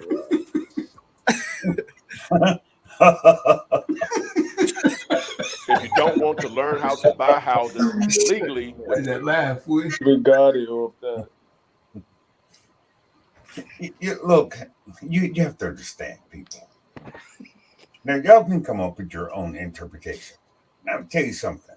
The Kahan and Marty Marr helped me, and I guess you all are not impressed with the results. Let me tell you something. I went from the East Coast to the West Coast following the Kahan, and I went to the South Coast, and apparently there's no North Coast because Marty understood what the Kahan was saying. So this is what I want for you. I want you to understand what the Kahan is trying to tell you. Let me tell you something. You ain't a citizen, and Marty caught on to that. That's why he had the books. You see, you have to understand it. The people who are citizens don't have the Kahan's books. Now, free people do. Now, hey, let's just break this thing down. The Emancipation Proclamation said these are free people. Well, hey, duh. We were free when y'all caught us. Y'all caught us and y'all made us slaves. That doesn't make us slaves. We are free. You are free. And I can prove it. The Bible says that he who has set us free, we are free indeed. I'm emphasis at it. So you stick with these brothers, even if they make, well, whatever. Everybody has a part to play. And I definitely do not want to try to replace the Kahan. So, hey, if you guys are, blah, blah, blah, go say what y'all did. And this is going to be recorded unless the Kahan takes it down, what y'all did to me. Let me tell you something. I love the Most High, and I could drink as much beer as I want because if I'm in God's hands, God's unchanging hands, no man can take me out of his hands. No scripture, no nothing. It's going to take me out of the Most High hands. And Marty was catching on to that. That's why the deceivers took him out of here. Because, hey, it's pretty simple. Don't eat meat. You'll live longer. Eat meat. David, you eat meat. When we was in Dallas, you went over there and got one of them damn tacos. That wasn't even meat. Hot dog. You got a hot dog. Pardon me. You went to Sonic. And I told you when you called me on that, I was like, well, hey, if I had been thinking, I would have asked you to bring me something from the big vegan restaurant that you were at. But when I'm in your presence, it's different.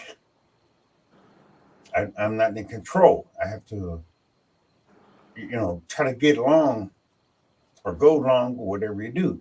And that's an uncomfortable position for me. And that was the uncomfortable position for Marty Marr, too. See, because we're in our 60s.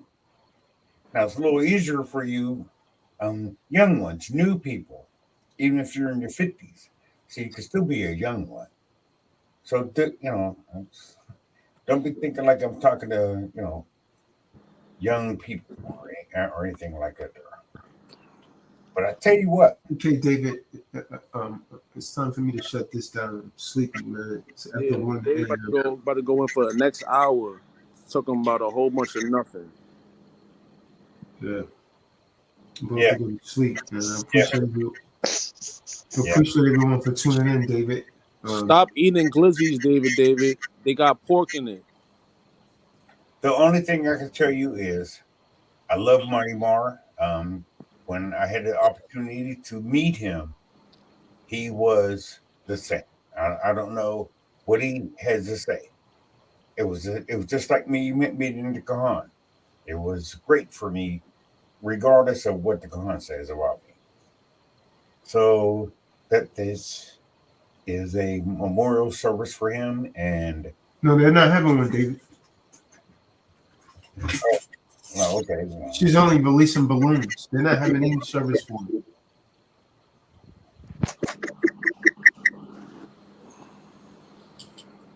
That goes to show you, man. Don't leave your life in a woman's hands, man. She gonna just throw some balloons in the air and keep it pushing. Good job, young man. You're coming around. You can always be redirected. That's what I like about you. And that's why, I kind of entertain you a little bit. But let me tell you something. Marty Marr, he was a real deal. I went over there. I checked him out. Hey, if I go over your house and if I fart, you'll be like, oh, well, he stinks. Okay. So, calm down. If he'd have showed me where all the buttons were to do everything in the house, I'd have been fine. But he was a good host. He was a. All right, David, I'm going to shut this down, brother. I'm going to say shalom, man. I need to get some sleep. Shalom. Thank you, everyone, for tuning in, man. Shabbat shalom. Everybody be safe.